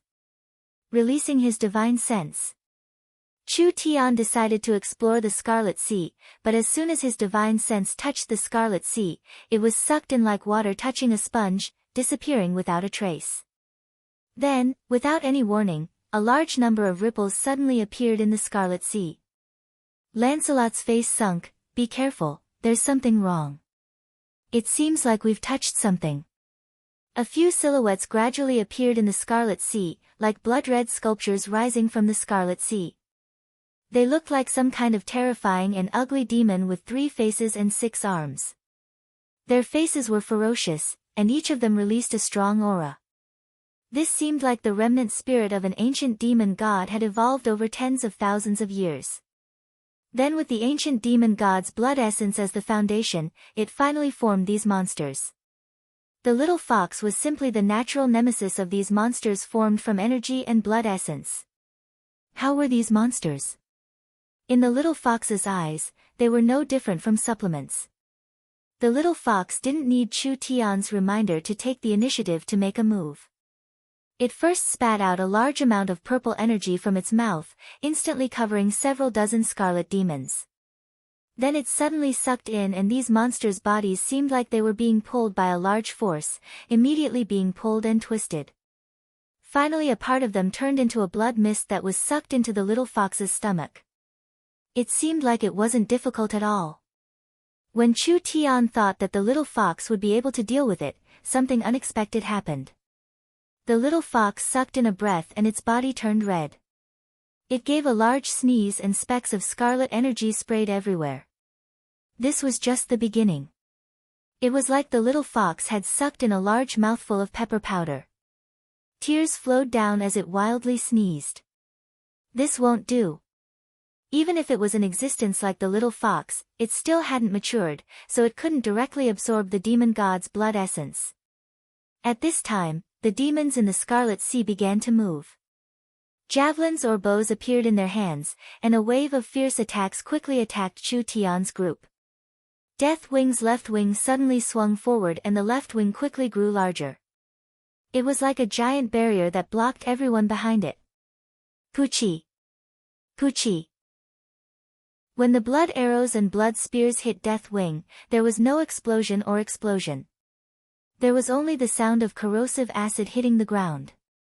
Death Wing felt a powerful and strange power enter his body. The place where the left wing was hit began to have a scarlet color spreading, and wherever this power spread, all senses would disappear. Death Wing's expression changed. He tried to resist it, but he found that the more he resisted, the faster it spread. This energy was like a flame that could ignite any substance or energy it touched. When he tried to resist it, it actually sped up its spread. How could this be? Deathwing felt like he had completely lost control of his body. After this terrifying corrosive power invaded his body, it even began to spread to his mind and soul. A powerful will seemed to be reverberating in his mind, trying to enslave Deathwing's thoughts and will. Chu Tian found Deathwing's situation. It seemed like the Scarlet Sea was sealing a demon. Chu Tian had obtained a fragment of the ancient demon god's memory in Central State, so he had a bit of understanding of the ancient demon gods. Although the gods and demons were similar, there was still a difference in their essence. Chu Tian's divine blood could purify everything and break any curse, but the demon blood had a terrifying curse power. Just a single drop could kill countless beings. Nidhogg's current state was the result of being contaminated by the demon blood. The demon blood contained a powerful curse energy that could corrode one's body, spirit energy, and even one's soul. If one was completely controlled by the demon blood, although they would obtain stronger strength, it was very likely they would lose their consciousness and become a puppet under the demon's consciousness. Lancelot released his hourglass source spirit when he saw this. Time energy was poured into Deathwing's body and the spreading demon blood energy was instantly pushed back, finally leaving Deathwing's body. Such a sinister power. Deathwing was careless and he became vigilant. We can't touch these attacks, otherwise the consequences will be unimaginable. The demons continued to attack. The demons weren't considered strong, being in the 8-9th true spirit layer, but there were too many of them. Adding in their special nature, as long as one touched them, they would be corroded by the demon blood, so it was very troublesome to deal with them. Thunder's fury released several hundred bolts of lightning that were as thick as his arms, instantly forming a net of lightning on the surface of the Scarlet Sea. Countless bolts of lightning interweaved with each other and continued to split apart, making the net become denser and denser, attempting to suppress all the monsters underneath it. The Titan's divine thunder was not something normal lightning could compare to. This kind of lightning was an innate ability of the Titan clan, and the Titan's divine thunder was a kind of innate lightning. Thunder's fury had been nurtured for thousands of years, so even a giant dragon couldn't withstand his lightning. Who would have thought that at this time, the scarlet demons would charge into the lightning net like moths to a flame? Although their bodies were evaporated by the Titan's divine thunder, they could still release large amounts of blood mist on the surface of the divine thunder, making the originally blue and purple lightning gradually turn into a scarlet-red color. Thunder's fury discovered that he was gradually unable to control his own energy, because the entire lightning net had turned into a strange scarlet lightning flashing. A completely new will was controlling the lightning, causing the countless lightning bolts to weave together, gradually forming a blood-red lightning giant. The demons were still charging into it like moths to a flame. Each time they collided, each time the demons shattered, it would give this new monster even more strength. Deathwing condensed two thick death dragon flames in his hands and shot them at the monster's chest. The dragon flames instantly evaporated a third of the monster's body and burst claw tore the remaining parts of the monster to pieces. There was no effect. After this monster was defeated, it reformed in a short period of time. It should be because it had absorbed Deathwing and Burst Claw's power, but its aura had become even stronger. Lancelot immediately shouted when he saw this, "Stop, our attacks have no effect at all. It will only make them stronger." Deathwing, Thunder's Fury, and Burst Claw knit their brows. They had never met this kind of troublesome matter before. These creatures were far more difficult to deal with than they had imagined. These were several top heaven domain experts, but they actually had a feeling of helplessness. The countless scarlet demons continued to fuse with each other, absorbing Deathwing, Thunder's Fury, and Burst Claw's power. Now their strength was increasing by leaps and bounds. Did they have to retreat? I have a method that we can try. When the others felt helpless, Chu Tian took out a scroll and released the 18 divine servants. With a thought, he controlled the 18 divine servants to fly out at the same time, and each divine servant released a golden light. The golden light on the 18 divine servants connected together, forming a giant seal in the air. Demon-breaking seal. The giant seal formed by the 18 divine servants slammed into the giant and an incredible thing happened. The giant's body was like an iceberg that had been hit as it suddenly shattered to pieces. Large amounts of fragments fell down, turning into nothingness when they fell into the Scarlet Sea. What was going on? Deathwing and the others couldn't understand no matter how hard they tried. How could Chu Tian easily defeat a monster that they couldn't deal with just a few weak puppet soldiers? The divine servants were refined by Chu Tian using a large amount of ancient god's essence blood. Although they weren't considered strong at this stage, there was an ancient god's power sealed within each body, so the demon blood couldn't corrode them. When they attacked, they released the power of the ancient god's blood, destroying the structure of the scarlet demons, allowing them to be easily destroyed. The divine servants returned to Chu Tian's side. The dangerous scarlet demons had been eliminated for now, but these creatures couldn't be killed. They wouldn't take long to revive and they basically wouldn't die in this territory. Chu Tian said, the divine servants aren't afraid of the demon blood's invasion, but they are still too weak. We can't deal with them again. Time is limited, open a path and I'll see if I can fish something out. Deathwing, Thunder's Fury, Burst Claw, and the Elven King released their domains together, instantly opening a path in the middle of the Scarlet Sea. Chu Tian controlled the divine servants to enter. The ancient demon's corpse was sealed under the Scarlet Sea, but its flesh had already melted into the Scarlet Sea. When Chu Tian was feeling disappointed that he couldn't find anything, he suddenly found large amounts of dark green crystals at the bottom of the Scarlet Sea. The ancient demon's bones. It had already been crystallized. Chu Tian used a tremendous amount of effort to control the divine servants to fish out several pieces, but this was already his limit. The four giants couldn't maintain the path and the scarlet demons were reviving. They could only do this. Now that we've obtained the items, let's leave this place. Chu Tian wrapped up the large demon god bone crystals that the divine servants had fished out and immediately used spatial energy to bring everyone out of the cave, instantly returning to the underground palace. Although they didn't get the divine medicine they wanted, with these crystal bones, this trip wasn't in vain. These things were left behind by the ancient demons and were very rare on the continent. Even Deathwing and the others didn't know how to use them, so they could only let Chu Tian study them first. Chapter 561. After a few days, in Miracle City. Meng Qingwu's office had been expanded several times and now it had become the most advanced information center on the continent. She only needed to stay in this 1,500 square meter area to control Miracle City and Miracle Commerce. She could deploy troops and give orders, and it would all be completed in a timely manner. Meng Yingying was by Meng Qingwu's side, listening to the latest production orders. Miracle City's factories had already covered the Great Zhou Country, the Great Summer Country, and parts of the Northern Militant Country. There was also a very complete industrial area in the forest, as well as several intelligent factories that were being built with the elves. Meng Yingying was Miracle City's production minister. She needed to manage the production progress and product quality of each factory, coordinating the supply of resources, technical assistance, and etc. Although there was smart brain managing it, it was still a heavy job. Our spiritual research has recently had a large breakthrough. Meng Qingwu said to her little sister, we need to speed up the construction of the spiritual tower. The spiritual technology is a very important explosive point for our miracle commerce. Meng Yingying's eyes lit up because the spiritual technology was a good thing. The trial field and the arena were built based on this technology and now that they had a large breakthrough, it was something worth looking forward to. She immediately patted her chest and promised, elder sister can be assured, I will personally supervise it. With you here, I can be assured. Meng Qingwu's position in miracle commerce was rising day by day.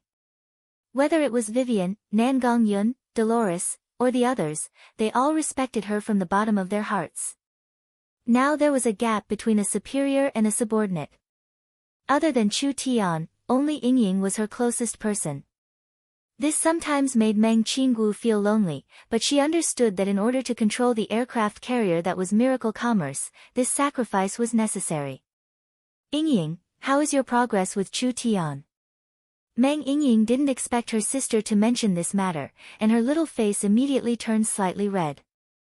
Humph, he's still the same. That guy stayed in the underground world for so long, and he finally came back a few days ago.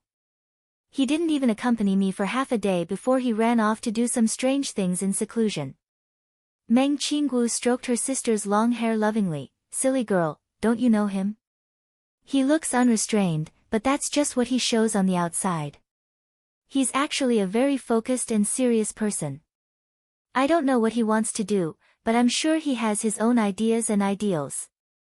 You have to take the initiative and hold on to them tightly. Meng Yingying stared at Meng Qinggu and said, I think you are the one who understands Chu Tian the most in the world. Meng Qinggu coughed. What are you talking about? Chu Tian said that he's prepared to hold a wedding at a good time. Meng Yingying was afraid of being heard by others.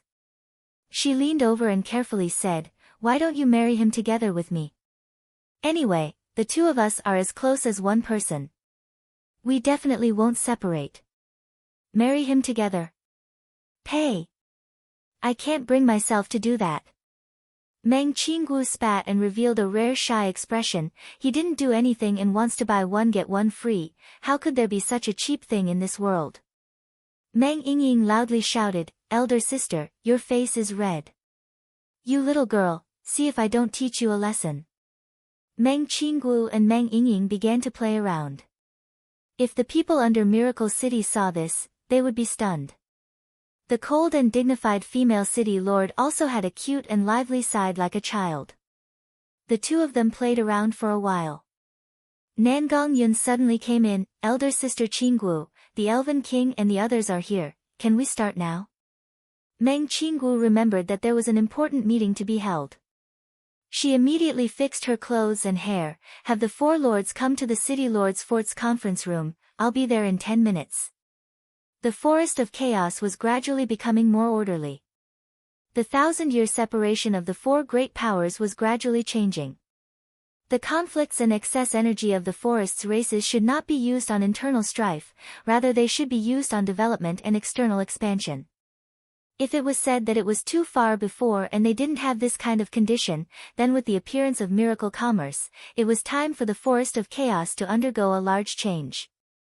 This four-way conference was very important. The conflict between the four giants would end.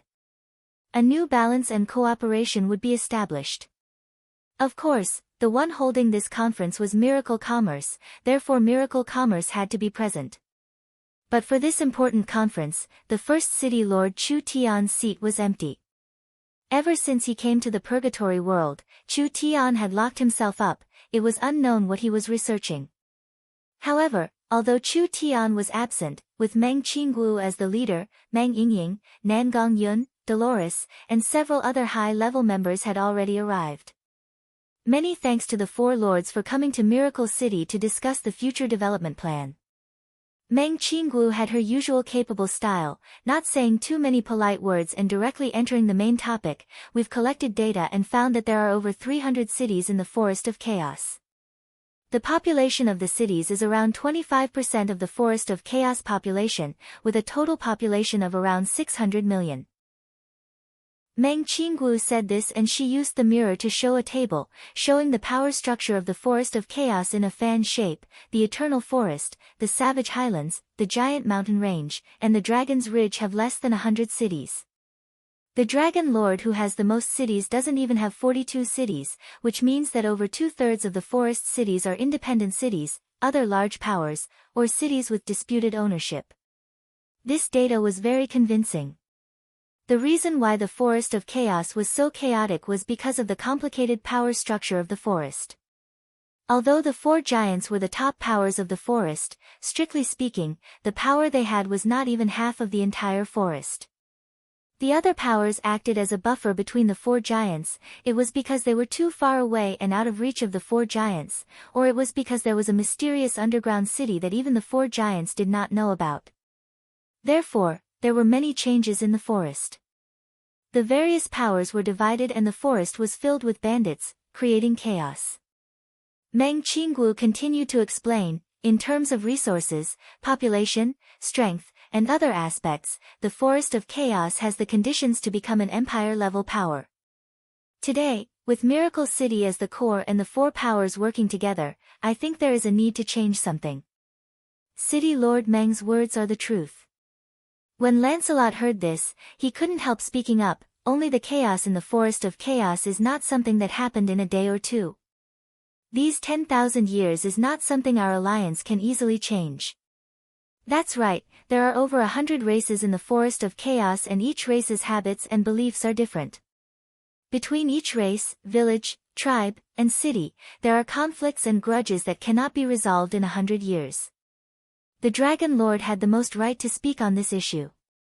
Because the Dragon Lord's own race was very small, he ruled over the largest number of cities. Most of these cities came from different races, so rebellions would occur from time to time, giving the Dragon Lord a huge headache. Unless we start a war and cleanse the entire forest, but killing billions of people is easier said than done. The forest is this big, there will be many fish that escape the net. They won't be able to live in peace for several hundred years. Thunder's Fury and Burst Claw did not say anything, but they agreed with Deathwing's point of view. The Forest of Chaos had the potential to become an empire-level power, but it could never become an empire. Not to mention the complicated relationships between the powers in the Forest of Chaos, even the four giants had a complicated relationship. They could work together for benefits, but it was impossible for them to completely fuse together. How could the elves work together with the spirit beasts? How could the dragon's tomb lich work together with the Treants who worshipped life? This was indeed a very difficult task, but for Meng Qinggu, it was a task that had to be completed. The Forest of Chaos had to be unified, otherwise it would be hard for this place to be successful. This was the most important task that Meng Qinggu had set for herself in the next few years. There was heavy resistance. She had to do it. Miracle Commerce's communication, logistics, and transport technology. If we want to display the greatest value in the Forest of Chaos, we need to create a unified environment. Meng Qinggu continued to explain, I think everyone has misunderstood my meaning. Miracle Commerce does not pursue the centralized power of an empire, rather we seek the benefits of the various races and find a suitable standard to reach a consensus. This will allow us to work together and reduce the number of battles and disputes. Only like this will we be able to develop the forest better. The four giants considered this for a bit. If they did not pursue domination and instead pursued consensus, perhaps it would be possible. Now that everyone's benefits were tied together, stabilizing the Forest of Chaos was beneficial to everyone, therefore no one would reject this proposal. Deathwing asked, what is the City Lord prepared to do? It starts with us. Meng Qinggu opened a scroll, without rules, nothing can be accomplished. The most important task of today's conference is to discuss the bottom line of the alliance and establish several laws to unify the forest. From now on, there will be laws to restrict and follow, so we can reach a consensus and ensure the rights and positions of our five sides. Reach a consensus. Using the law to restrict everyone's actions. That's right. The four giants were called here today. Meng Qinggu was here to set rules. In a place without rules, there would be no order, and it would be hard to achieve anything. Meng Qinggu was now the ruler of Miracle City, she would not allow this kind of thing to happen. Even if you are the four giants, you have to obediently follow the rules. Meng Qinggu had the confidence to do this. Miracle City had the confidence to do this. Lancelot was the first to express his opinion, I agree. The elves were famous for their democracy and Miracle City's decision would gain the favor of the elves, so the elves would naturally support them. With the support of the Eternal Forest, could the other three powers not support them? Chapter 562. Under the leadership of Miracle City's City Lord Meng Qinggu, the four giants of the Forest of Chaos reached an agreement. The four powers, along with Miracle City, would sign a peace treaty and form an alliance. The alliance would be called the Forest Alliance. This was a historical moment for the Forest of Chaos. It meant that the four powers of the forest had disappeared and they were now a superpower that existed in the form of an alliance. The Forest Alliance had three basic principles. First, they were not allowed to attack or invade each other in any form. After the Forest Alliance was formed, Miracle City would create a smart brain management system for each city. From now on, each city would revolve around the smart brain as the core, and the entire Alliance city would be under the supervision of the smart brain. All resource fields would be clearly recorded, and they wouldn't be allowed to attack each other's cities or steal each other's resources.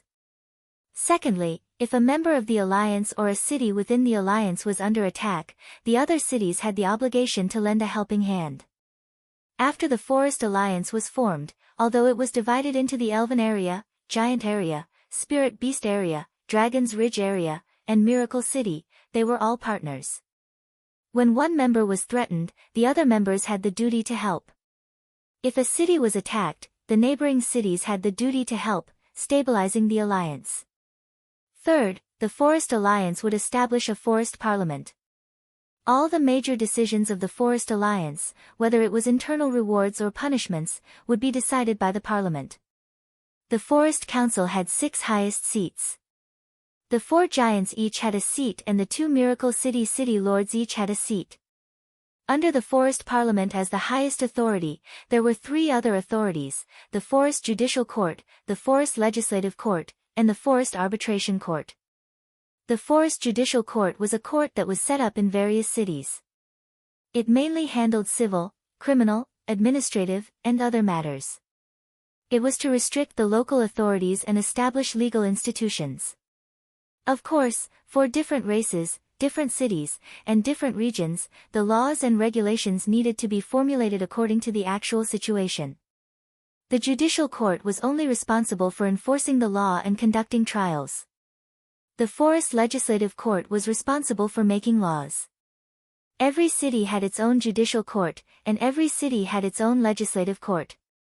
Other than the principal laws of the Alliance, the rest of the laws were divided according to the region, adapting to the various environments and races of the Forest of Chaos. The Forest Arbitration Court was an authority that adjudicated conflicts between cities.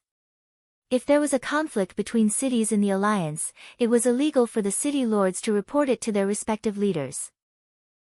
They should directly go to the Forest Parliament and apply for a third-party arbitration to ensure fairness and justice. The arbitration court itself also had a supervisory function. If it discovered that a city or force was overstepping its bounds, it could issue a warning in advance. Meng Qinggu seemed to turn into a master of law in an instant. The alliance between the 3 courtyards was very clear, with each having their own duties and supervising each other. While maintaining a bottom line, it left enough space for the local regions, respecting the local customs and actual situations. If the Forest Alliance system could be successfully implemented, it would greatly improve the chaotic situation in the forest. The 4 giants signed the Forest Pact. This alliance was officially established. Meng Qinggu saw that the most important matter had been completed, and she let out a sigh of relief in her heart. The 4 giants easily agreed to the Forest Alliance mainly because they had something to ask of Miracle City. Meng Qinggu was well aware that Miracle City's strength was still too weak, a paper contract wasn't enough to bind them. Once the benefits of breaking the contract was greater than following it, they would most likely leave the alliance without any hesitation. But it did not matter. Now the 4 giants needed Miracle City. The Forest Alliance wouldn't break in a short period of time. Meng Qinggu firmly believed that Miracle City's weak power was only temporary. Once the Forest Alliance was established, it would have a large momentum that would shake the forest. The other powers or independent cities, for their own safety and benefits, would definitely join the Forest Alliance. These powers or cities would become members of the Forest Alliance and wouldn't be subordinates of the 4 giants. This was a large difference. Just like what Meng Qinggu had said, there were over 300 cities in the Forest of Chaos, and the 4 giants only controlled a third of them. Miracle City had formed the Forest Alliance with the 4 giants. How large was their momentum? If they could take in 200 cities and become members of the Forest Alliance, the influence of the 4 giants would be diluted and the alliance wouldn't be as reliant on the 4 giants as before. Miracle City had a high status in the Forest Alliance. These cities joined the Forest Alliance and not Miracle City, but in fact they were led by Miracle City. Miracle City had real benefits and the world didn't think it was greedy. Miracle City had real power and the world didn't think it was overbearing. Miracle City was becoming stronger and the world didn't think it was a threat. This was the outstanding wisdom of the young miss. If Miracle City directly subdued the small and medium powers and increased the number of cities, it would definitely arouse suspicion. But with this method and using the name of the alliance's dukes, the situation was completely different. The development style of a power or a country was closely related to the leader. The young miss was the same as Chu Tian, she didn't have a strong desire for control and possession. Therefore, even if miracle commerce was strong enough, they wouldn't go around attacking cities and expanding their territory because miracle commerce didn't need to do this at all. Miracle commerce was a technological power, why did they need to occupy others? It was enough to use their products and technology. After the Forest Alliance was formed, Meng Qinggu discussed the specifics of development. Miracle City's cooperation with the four giants increased day by day. With Miracle Bank's support, the Titan Bank, the Giant Dragon Bank, and the Behemoth Bank were established in their respective areas. The three large banks couldn't compare to the Elven Bank in terms of competitiveness, but in their respective forest cities, they still had a lot of room for development. The three giants were all ambitious. As long as they had Miracle City's technology, not only would they be able to manage their own territories, they would also be able to see further. They would no longer be limited to the Forest of Chaos, rather they would be able to jump out of the forest and head towards the boundless continent. The richest dragon lord of the Forest of Chaos had money and this giant dragon didn't have any hobbies other than making more money. When the Giant Dragon Bank was established, it directly took out 5 million source stones from the Dragon Palace. It began to plan with Miracle City to create the largest merchant and mining team in the Forest of Chaos, plundering wealth from all over the world. After the Titan Bank was established in the Giant Mountain Range, it prepared a large amount of money and cooperated with Miracle Commerce, preparing to create the largest industrial area in the Forest of Chaos. The Giant Mountain Range had over 100 million giants, subgiants, and dwarves, representing the highest level of manufacturing in the Forest of Chaos and even the continent. The Giant Mountain Range was also rich in resources, but there were many resources that couldn't be mined before. Now that they cooperated with Miracle City, everything became possible. Compared to the other two, the Savage Highlands expansion was more direct and unyielding. The Behemoth Bank was established to collect large amounts of military funds for the Savage Highlands, providing loans to the spirit beasts, recruiting large amounts of soldiers, and buying all kinds of Miracle City's advanced equipment. After the spirit beasts obtained powerful equipment and supplies, they began to head into the unknown forest. They hunted down powerful fierce beasts and swept through the savage tribes, even going out of the forest and subduing the nearby small countries. They used war to raise war and become rich from war. The spirit beasts had population and cheap battle strength, only they had the ability to expand out of the four giants. Other than that, the Purgatory World was also an area the Forest Alliance placed a lot of importance on. Chu Tian sent Vivian to build the spatial fortress very quickly, it could be used very soon. Miracle City's transport equipment and source energy weapons had already arrived in Darkness City. At the same time, they absorbed several groups of Purgatory World's demon warriors and Dark Gnome engineers, allowing the Surface World and Purgatory World to exchange resources. Miracle City was just like a large spider. This large spider was weaving a complex web that connected the entire Forest of Chaos. This kind of fast development was enough to make anyone raise their eyebrows. However, the creator of all of this, Chu Tian, never showed himself. This was because during this period of time, Chu Tian had an even more important matter to do. Miracle City's underground research base. Chu Tian locked himself in the laboratory and worked hard over the past few days, mainly doing several things. The first was to extract the spinal cord from the divine spine bone, the second was to extract the essence from the demon crystal bone, and the third was to develop a source energy array that could be used to process these top-grade materials. The demon crystal bone was found in the Purgatory World's underground palace and the divine spine was given to Chu Tian by the ancient god in Central State Tower. These two things were taken from the body of a demon god, so they were definitely top-grade materials that could only be found. Chu Tian couldn't use the divine spine or the demon bone alone. It contained too much demonic and divine energy and a mortal body couldn't withstand it, so they would have to face the danger of exploding. This was why Chu Tian kept this precious material and didn't use it. There was a method recorded in the ancient gods' memories. The demonic and divine energy could neutralize each other. As long as there was a good method and a good control, there would be a balance between the two, allowing the body to withstand it. Chu Tian had studied it for many days and now he was prepared to use the demonic and divine bone marrow to refine a pill. But even if the two could neutralize each other, it still contained a powerful demonic and divine energy, which was enough to cause a large impact on the body. There was a possibility that before the transformation was complete, the body wouldn't be able to withstand it and would collapse. Chu Tian considered this risk and chose the 5-colored celestial fruit as the main material because the 5-colored celestial fruit had a strong regenerative and healing ability, which was enough to minimize the risk. This pill refinement was very important and its success would directly affect Chu Tian's future. Chapter 563. In the crystal trough in front of Chu Tian, there were two different colored solutions. One was white gold and the other was black purple. They were currently releasing energy with crackling sounds and there seemed to be lightning moving within them, containing an unimaginable amount of energy. These two solutions were the essences extracted from the bodies of gods and demons. Chu Tian was very clear on how much energy this thing contained.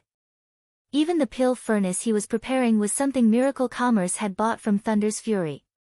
It was made from top-quality level 4 materials and was so tough that even the Titan's divine thunder couldn't damage it at all. There were several dozen arrays used in the alchemy this time.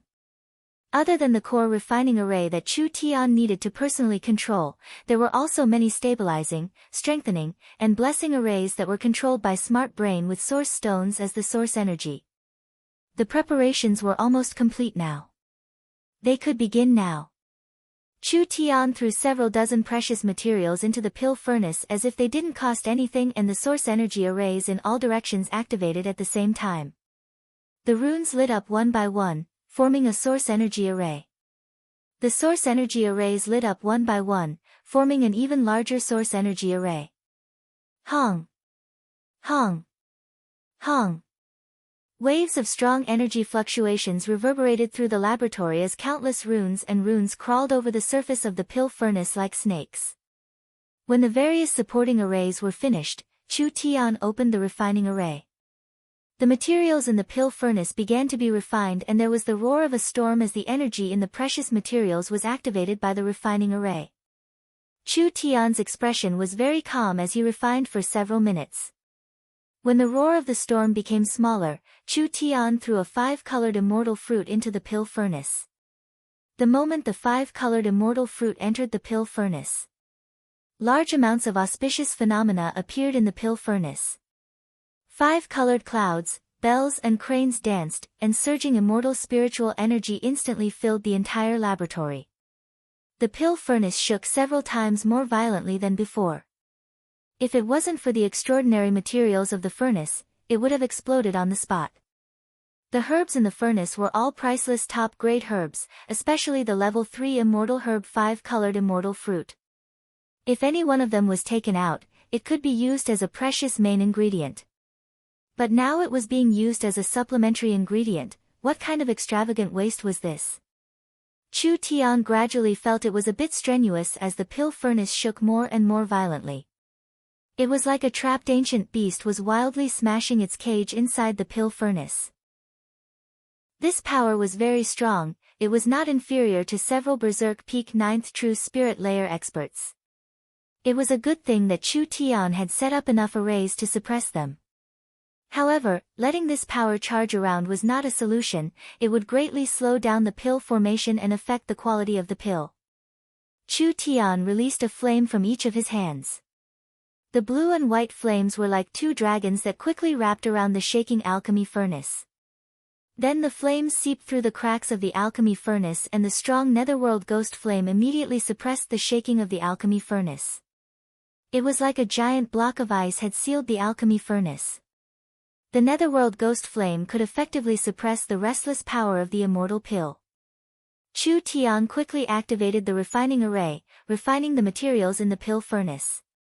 Finally the pill furnace calmed down and Chu Tian waved his right hand. The lid of the pill furnace was opened and a rainbow-colored light filled the field of view. The vast and auspicious immortal spiritual energy could be felt in the entire laboratory. Several flood dragons were roaring in the air. It was enough to make anyone raise their eyebrows. Too strong. This was the scene of an immortal pill being born.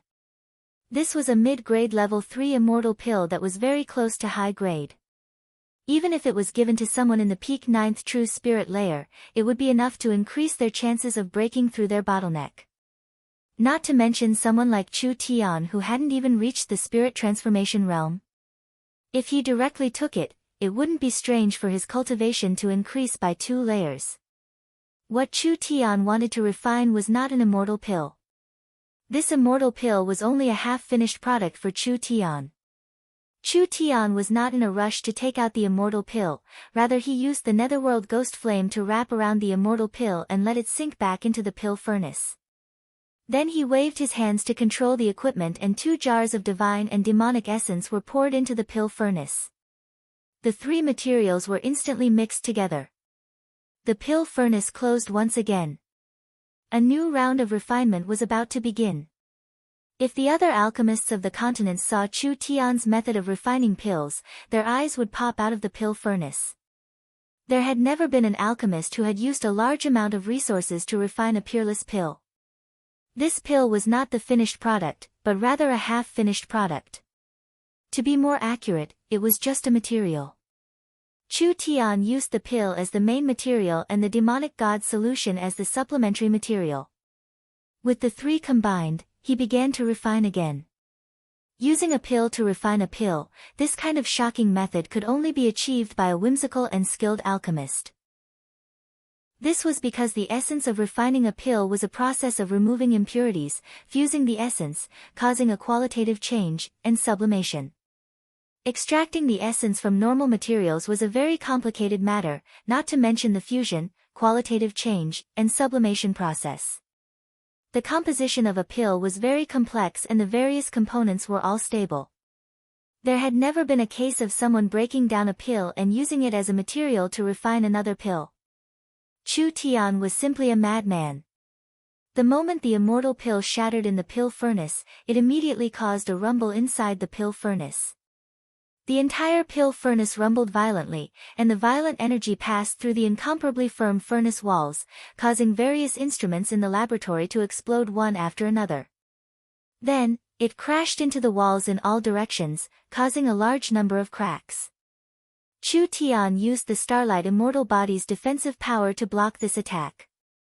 He did not even blink as he stared at the pill furnace and continued to control the refining array.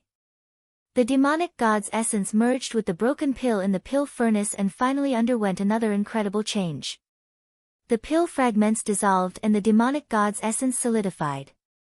Following that, it was like a balloon as it continued to expand. It was like a newborn placenta that was wildly growing at an incredible speed. The pill furnace let out a series of groans and the furnace walls seemed to give off a cracking sound. Chu Tian's divine sense found that there were many small cracks on the pill furnace. If this continued, there would be a large explosion. Once the energy in the pill furnace went out of control, not only would it explode into the sky, half of the laboratory would be heavily damaged. He had to stabilize it. Otherwise all his previous efforts would be wasted. Chu Tian's body exploded with an explosion. He released an even stronger flame and formed a clone that charged at the pill furnace. The clone not only gathered all the netherworld ghost flames, it also gathered all of Chu Tian's divine sense. It charged forward like this and the entire pill furnace was filled with flames. The netherworld ghost flames seeped into the pill furnace through the cracks, forming a barrier between the pill furnace and the materials. The entire alchemy furnace now looked like a furnace made of flames. Chu Tian was multitasking. He used his divine sense to strengthen the pill furnace while using his spirit energy to control the refining array. He saw that the cracks on the surface of the furnace were still slowly increasing and the energy inside was becoming stronger. The refining process was slowly and steadily continuing. Waves of energy were already spreading through the entire underground base. Even the slowest person would be able to sense the existence of this power. This energy was just too terrifying. Even if Deathwing and the others were here, their expressions would change. What kind of terrifying experiment was the City Lord doing? If he failed, not only would the underground base be destroyed, the City Lord's life would also be hard to keep. When everyone was feeling uneasy, Chu Tian's refining process had reached a critical point. The pill furnace was already covered in spider webs of cracks and the netherworld ghost flames couldn't hold on for much longer. Not good. It would definitely explode like this. Chu Tian felt that the refinement in the furnace was almost complete, but the thing being refined couldn't form a pill for a long time. This was something that couldn't be helped. The pill furnace was already seriously damaged and the thing inside was too strong. How could it easily form a pill? If the medicinal energy couldn't form a pill, then the furnace would explode and this furnace would have no value. Now it was the last step. Could it be that it would fail at the pill-forming step? How could anyone be willing? Chu Tian found that the situation was very bad because with the current situation, forming a pill was almost impossible. What to do? How to solve it? Time was of the essence, there was no time to think. Chu Tian suddenly steeled his heart and released the netherworld flame, sending it all into the pill furnace. Large amounts of netherworld flame combined with the medicinal energy in the pill furnace and burned it. He directly used all the medicinal energy and essence in the pill furnace and used the netherworld flame to combine it with the netherworld flame. Now, the entire pill furnace couldn't bear the heavy load and completely exploded. The terrifying shockwaves spread in all directions and instantly crushed all the instruments in the laboratory.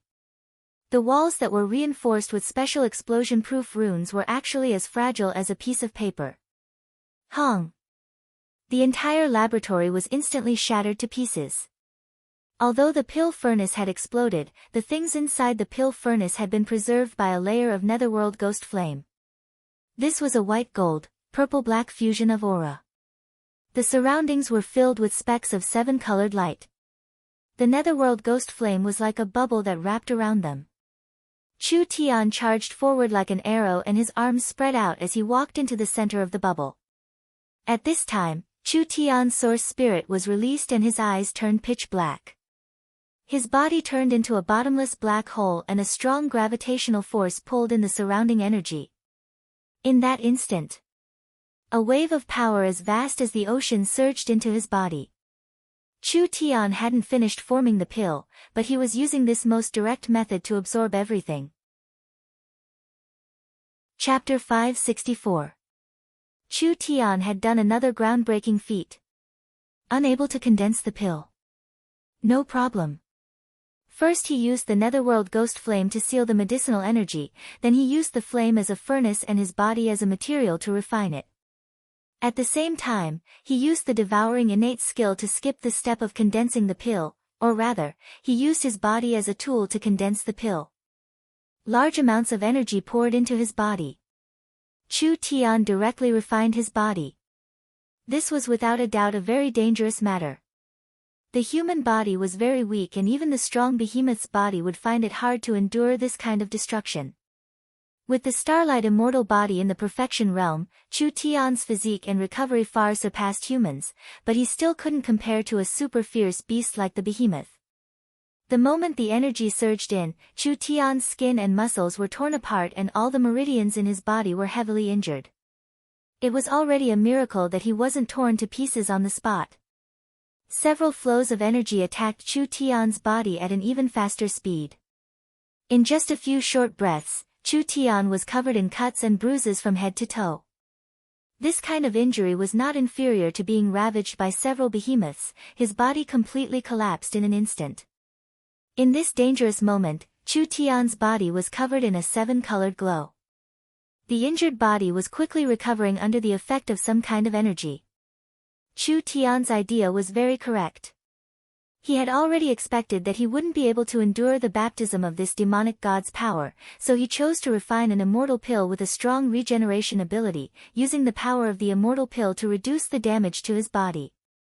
Chu Tian was currently in a state of destruction, rebirth, destruction, and rebirth. This was an endless cycle. This process was painful, but it completely changed his body.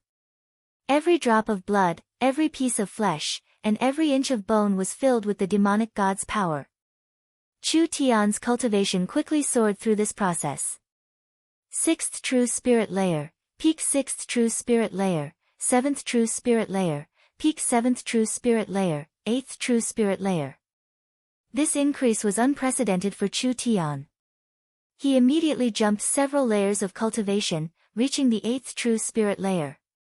If it wasn't for the fact that most of the energy was used to modify his body, Chu Tian's cultivation would have been able to reach the peak True Spirit realm. Of course, Chu Tian didn't care about the advancement of 1 or 2 levels of cultivation, because for Chu Tian, the advancement of 1 or 2 levels of cultivation didn't have much value. Cultivation could increase at any time, and this kind of opportunity for transformation was indeed very rare. The entire process was intense and short.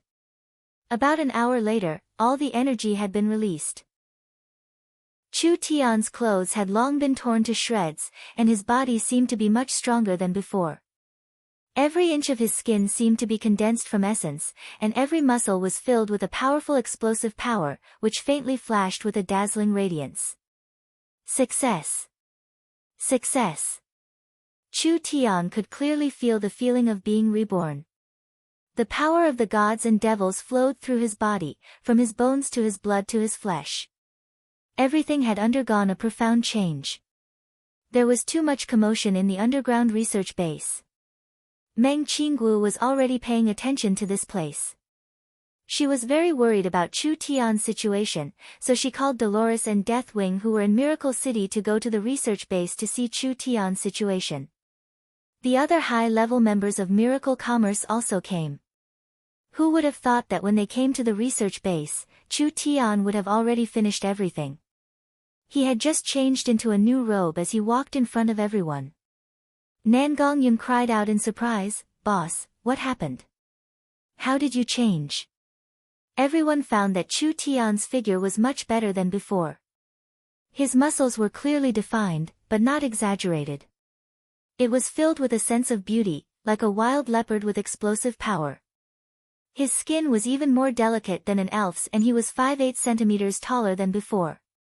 Chu Tian's appearance wasn't bad, and after this large change, it was even more masculine, doubling his charm. Many female elven researchers couldn't help blushing when they saw Chu Tian. They were all whispering to each other. Chu Tian didn't care about the change in his appearance because he felt he was already handsome enough. Even if he was a bit more handsome, it would just be icing on the cake. Compared to this, what he really wanted to know was just how much his various aspects had increased after being transformed by the demon and god's essence. "Come, we're going to the experimental field." The experimental field's main function was to test the power of various weapons and talisman techniques, therefore there were large amounts of testing tools. Chu Tian first brought over metal dolls. These metal dolls were close to 3 meters tall, and each one was made of level 3 memory metal, so they could be evaluated by how damaged they were. "Sir City Lord, are you sure you want to use these dolls?" Clark was a bit hesitant as he reminded Chu Tian, "These dolls are used to test heavy source energy weapons. I've never heard of them being used to test strength. Unless you have a body several dozen times stronger than a barbarian's." "Less nonsense, spread them all out." The 10 metal dolls were spread out. Chu Tian's gaze landed on the first puppet. He clenched his fists tightly, and his bones emitted a crackling sound. He did not use any cultivation technique, nor did he use any spirit power.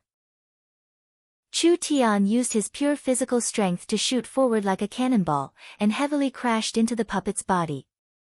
With a hong sound, the 10-ton doll's body caved in and it was sent flying several dozen meters away. It rolled several dozen meters away and the metal rubbed against the ground with an ear-piercing sound. 32% damage. A researcher wiped his sweat. Sir City Lord's fist is already close to the first-generation source energy cannon. Everyone revealed looks of shock. The power of a fist was comparable to a source energy cannon? Wasn't this a bit too exaggerated? With Chu Tian's current cultivation base, if he used spirit energy, the destructive power would far surpass the first-generation source energy cannon. However, everyone noticed that when Chu Tian's fist was sent out, it was pure physical strength and the destructive power was purely physical. If his pure physical strength could reach this level, Chu Tian's body wouldn't be much worse than those ancient vicious beasts. Chu Tian shook his head like he wasn't satisfied. His feet kicked off the ground. Chu Tian let out an ear-piercing scream as he jumped up again. His arms were as heavy as mountains as he slammed into the puppet. The front of the puppet caved in and the back bulged out. It was once again sent flying by a terrifying force. 38% damage. Chu Tian's body shot into the air like a slingshot in front of another doll. His right leg slammed down like a battle axe and with a hung-long sound, the doll's head was stuffed into its chest and everything below its knees was buried in the ground. 40% damage, 43% damage. 47% damage. Chu Tian's strength was steadily increasing and each attack was clearly stronger than the last. When Chu Tian knocked down 5 dolls, he suddenly stopped moving. His eyes released a golden glow and a powerful divine sense was released. Under the divine sense of the remaining 5 dolls, they all gathered in front of him and lined up. What did he want to do? Everyone revealed a puzzled expression. Chu Tian's fists tightly clenched again. This time was different from before as a red glow was released from the depths of his eyes. This red didn't represent flames, rather it was a wild and strong power that looked down on everything. Power. This was one of the 9 powers contained in Chu Tian's source spirit. It was pure physical strength, and pure destructive power. Although Chu Tian could use this power a long time ago, because his body wasn't strong enough, he couldn't bear this kind of violent power. Now he finally met the requirements to use this power. With Chu Tian as the center, the ground 10 meters around him instantly collapsed. It was like a giant dragon had fallen from the sky and stomped down. Actually, this was the momentum created by Chu Tian's leap. He was like a group of behemoths that had broken free, carrying the power to break through all things and shatter all shackles in the world. Ha! Chu Tian gave a deep roar. Although he didn't use any spiritual energy or spirit energy, it sounded like thunder in everyone's ears. It made people feel like they weren't facing a person, but rather a giant dragon in human form, a behemoth in human form. Chu Tian's fist created a dazzling flame as it flew through the air. He heavily slammed into the first metal puppet's body and the metal puppet's body deflated like dough. Even if it twisted to its limit, it still couldn't cushion this power. Finally, with a peng sound, it exploded on the spot. This terrifying force passed through one doll and then hit the second doll. It was also first flattened and then exploded. When it hit the third doll, this terrifying force only slightly weakened, but it still shattered half of the doll's body. It landed on the fourth doll and left a hole in its chest. Finally, it passed through the fifth doll. The fifth puppet was sent flying high into the air by the wild power, and when it fell down, it didn't look like a human anymore. The first 3 were 100% damaged. The fourth was 90% damaged. The fifth was 70% damaged.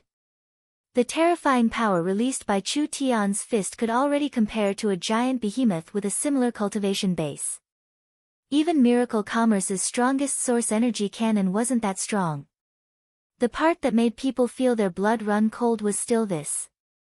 Chu Tian didn't use any cultivation technique, it was purely the effect of his physical body's explosive power. In other words, at least in terms of physical strength, Chu Tian had already surpassed the limits of mortals. In the future, even if his spirit energy was exhausted in battle, he could rely on his unimaginably wild strength to fight against any expert of the same level. The power released by this fist was too strong. Chu Tian's fist was already a bloody mess, but there wasn't a single drop of blood coming out. Chu Tian didn't take the initiative to heal himself, and the wound healed itself in a short period of time. In just a short period of time, it returned to normal. This kind of strong recovery ability wasn't something a human should have. Chu Tian had already surpassed the limits of a mortal body. He now had the capital and potential to charge into the heaven domain realm and even higher realms. Chapter 565. Chu Tian's tyrannical strength was enough to leave a deep shock in anyone who personally saw it. Even the Elven King and the Dragon Lord were no exceptions. It wouldn't be strange if he was a behemoth, but Chu Tian was just a human. Humans were born weak. Humans had weak bodies. No matter how much room a human had to grow, they were still humans in essence. Humans relied heavily on spirit energy, and once their spirit energy was used up, they weren't much stronger than normal people.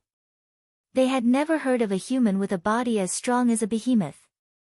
The two of them were high-level heaven domain experts, so they didn't place Chu Tian's current strength in their eyes.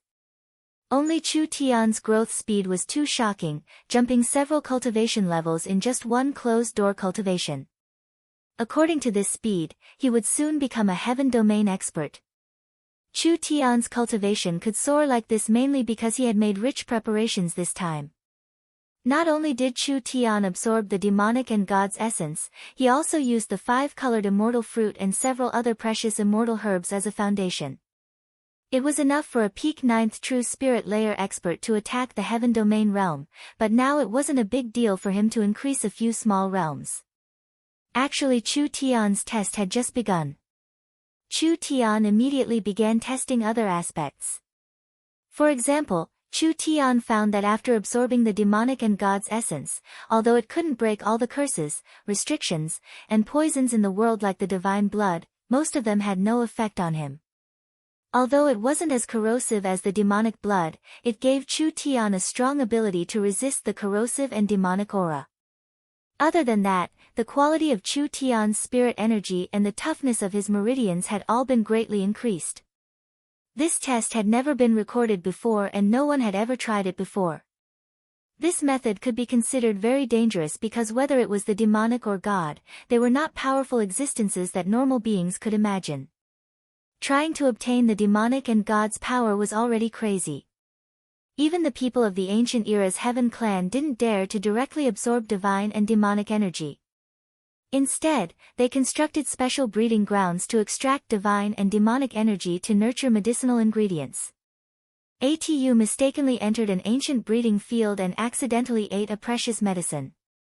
Although he didn't die in the end, his appearance had changed beyond recognition. He no longer looked like his original race and had become a pure monster. Chu Tian used the ancient god's memory fragment to analyze the characteristics of gods and demons, and finally found a way to neutralize the power of gods and demons. He never thought that it would be such a huge success. Chu Tian's power had already increased by a lot, and the overall harvest was quite huge. Could a human transform himself to be as strong as the dragon behemoth? The Dragon Lord said somewhat sourly, City Lord Chu Tian's skills are truly superb, to actually be able to create such a heaven-defying transformation. Ha ha ha, what's a small trick worth mentioning? You guys don't have to be jealous of me, this is just an experiment. Chu Tian directly promised everyone, don't worry, everyone will have a similar opportunity. Everyone was surprised. How could it be done if everyone had a share? Actually, Chu Tian had taken out several pieces of ancient god spine bones from the central state tower. It wasn't something Chu Tian could use up in one go. As for the small amount he had, it clearly wasn't enough for everyone to complete this transformation. After all, Chu Tian's transformation was something others couldn't do, and the immortal grade materials he needed were hard to come by. It wasn't like he couldn't think of another method. Chu Tian did what he said. He brought people to the purgatory world and used the divine servants to mine the ancient demon's essence blood while studying the heaven race's altar. Then he used the transport tower to return to Miracle City and marked out a small area in the Miracle Gardens. He completely imitated the heaven race's cultivation method, using the ancient demon's essence blood to cultivate the herbs. Because the farms were built in the miracle gardens, with the ancient tree of life's powerful support, it would take several decades or even 100 years to grow, but it could be completed in 20-30 years. Chu Tian could easily obtain herbs with the ancient demon's power. Because the ancient demon's power was used on the herbs first, the overbearing characteristics were greatly weakened. He only needed to mix a small amount of divine bone solution and use a leaf from the ancient tree of life to replace the 5-colored immortal fruit. Without too much effort, he could refine a weakened version of the demonic god pill. Although the medicinal effects were greatly weakened and it couldn't be as large as Chu Tian's, it could at least allow a low-level life form to become a heaven domain expert, even reaching a higher realm and cultivation. At the same time, it would be a great help to increasing one's cultivation. When Chu Tian was busy with these matters, Meng Qinggu suddenly called him over, saying that there was something very important to discuss. When Chu Tian arrived at the city lord's castle's main hall, he saw that most of Miracle City's high-level generals were already here. Chu Tian didn't need to guess to know that a battle had happened somewhere when he saw this lineup. The Great Zhou country has sent an urgent report. The Eagle Burial Warring Kingdom has launched a surprise attack on the Three Northern Kingdom Alliance. The Three Kingdom Alliance was caught off guard and have already lost several cities. Most of the northern militant country's prairies have already been occupied by the Eagle Burial Warring Kingdom's army. Meng Qingwu's expression was very serious. From the other side's attack speed and scale, this should be a planned attack. They are even reserving their strength to deal with our reinforcements, which means that our Eagle Burial Warring Kingdom's intelligence gathering is very comprehensive, even knowing the strength of the Forest of Chaos. Chu Tian couldn't help knit his brows. The Eagle Burial Warring Kingdom was a large warring kingdom and one that was rapidly expanding. As a spirit beast kingdom, all of their citizens were soldiers and there were several million trained elites. They basically had the ability to fight with several dozen surrounding small and large countries. The spirit beasts had a strong predatory nature and fast attack speed, allowing them to keep fighting like a pack of wolves.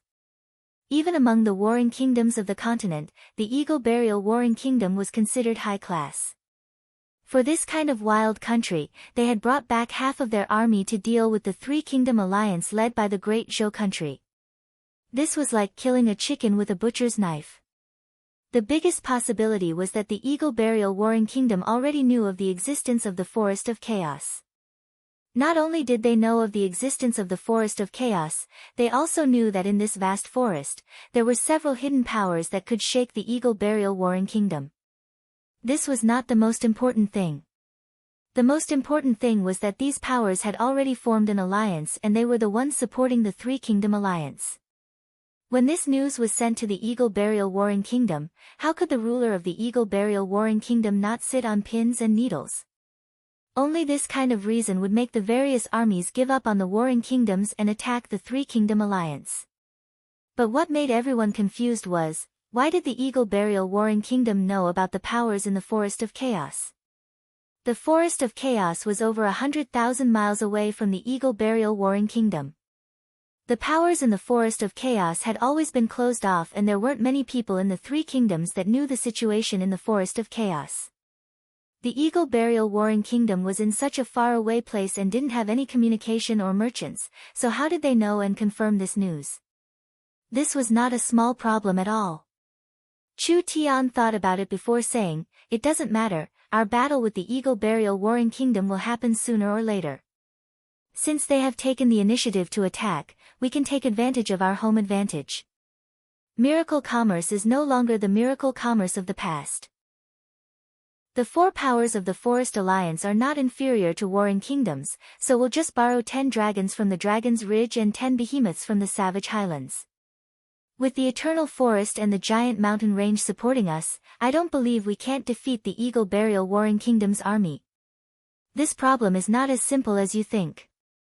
Meng Qinggu shook her head and said, "No matter how strong the local powers in the Forest of Chaos are, they are still local powers and can't form a country. The Eagle Burial Warring Kingdom has over 10 million soldiers, just this point alone is not something any power in the Forest Alliance can take out. Our only advantage is that we have many experts, but facing absolute numbers, even if we send out large amounts of experts, it will be hard to change the situation. Not to mention that the ones being attacked are the three kingdoms. This does not belong to the Forest Alliance. There won't be any power that would take a large risk to challenge a warring kingdom for us. Meng Qinggu naturally had her reasons for saying this. There is another thing I'm very worried about. I think the Eagle Burial Warring Kingdom's southern attack is not a coincidence, it must be the result of being incited by a certain power. This inciting power is most likely a power from the forest, and it is a power that is opposing the forest, trying to overthrow the Forest Alliance. It seems like the subterranean world is the most suspicious. Meng Qinggu continued to calmly analyze. Our team has very little information on the subterranean world, only knowing that there is a powerful spider queen with wild ambitions. They are the ones that don't want to see the Forest Alliance form the most, and it is hard for us to escape their information network. Therefore, whether it is for the Purgatory world, the surface world, or even the subterranean world, the Forest Alliance is a thorn in their flesh. The Eagle Burial Warring Kingdom is just the first move they will use to move the Forest Alliance, but I have a feeling that it won't be their only move. Chu Tian nodded. The young Miss analysis is very reasonable. Then what else does the young Miss think we need to prepare for? If internal strength isn't enough, we can borrow external strength. Since ancient times, people have followed this path. The Eagle Burial Warring Kingdom is a very strong external power, but it isn't enough to shake the Forest Alliance. They are only trying to attract our attention. If the instigator of this matter is the subterranean world, they will definitely bribe all the large and small powers in the forest to stab us in the back. At the same time, they will join forces with the Purgatory world to set fire to our backyard and attack our Purgatory world forces. That's right, this is what we can think of. Chu Tian also said, I believe that the subterranean world and the insect queen have existed for so many years, so the underground spirit insects have close relations with the forest races. If there are moves we can think of, there are naturally moves we can't think of. So, the situation is not clear, so we have to be careful. Everyone's expressions were very serious. The Forest Alliance had just been formed, and it was the most crucial and inexperienced time. Were they going to meet a large challenge and danger this quickly? Chapter 566. No matter who was behind the scenes. No matter what scheme they had. The most important thing right now was to solve the crisis of the three northern kingdoms. The Forest Alliance members couldn't give much help in this area, especially when it came to battles between armies. Among the four giants, the Savage Highlands was the only one with a relatively large population and a large army to fight in. Why would the Savage Highlands send troops for the three kingdoms? Not to mention the fact that the Forest Alliance had just been formed, now was the time to create value and not ask for it. The Savage Highlands was far from the three northern kingdoms, and Miracle City's transport technology wasn't strong enough to send an army. The Savage Highlands didn't have the ability or obligation to send reinforcements from tens of thousands of miles away. Therefore, the matter of saving the three kingdoms, Miracle Commerce had to think of a way. Chu Tian decided to personally take charge. Although Miracle Commerce is at a disadvantage in terms of numbers and battle strength, we have the most advanced equipment on the continent. Even if we can't offset the large difference in quality and quantity, it is enough to stall for time with the Eagle Burial Kingdom's army. I will think of a way to stop this battle. The young miss couldn't leave. On one hand, the young miss wasn't strong enough, and on the other hand, the young miss had become Miracle City's brain. Almost all of Miracle Commerce and Miracle City's operations were under the young miss command. It was just like what she and Chu Tian were worried about. Although the Eagle Burial Kingdom was aggressive, it was very likely it was just a cover. Miracle City had to be on guard against other truly sinister killing moves. Meng Qingwu said to Chu Tian, I've sent a semi-automatic mobile unit, the Berserker Corps, to the northern militant front lines. We'll use this opportunity to test out several new weapons that have just been developed. Remember to record the data and record the battle scene, so that we can improve the weapons. Be careful. What was there to worry about with the young miss personally arranging it? Chu Tian headed to the northern militant front lines without another word. The northern militant kingdom used to be the Warhound's kingdom and was built on the Warhound Plains. This place was sparsely populated and had many spirit beast tribes. Once the Eagle Burial Kingdom's army entered, they would be like fish in water, being hard to find. The northern militant country was the northernmost of the three countries, being the weakest and loosest. It was because of these reasons that the northern militant country became one of the Eagle Burial Warring Kingdom's main targets. The main cities of the northern militant country had already been ransacked and the entire Warhound Plains were filled with panic. According to reliable information, the Eagle Burial Kingdom had over 300,000 soldiers lying in ambush, with over 50,000 of them being aerial troops. 300,000 didn't sound like a lot, but it was actually quite a lot. This was because these 300,000 people were just the number of regular soldiers. With the Eagle Burial Kingdom's population and influence, if they mobilized the normal tribes, they could easily gather several million. However, these impromptu mobs were not as sharp as regular troops. Thus, they had to send out regular troops first.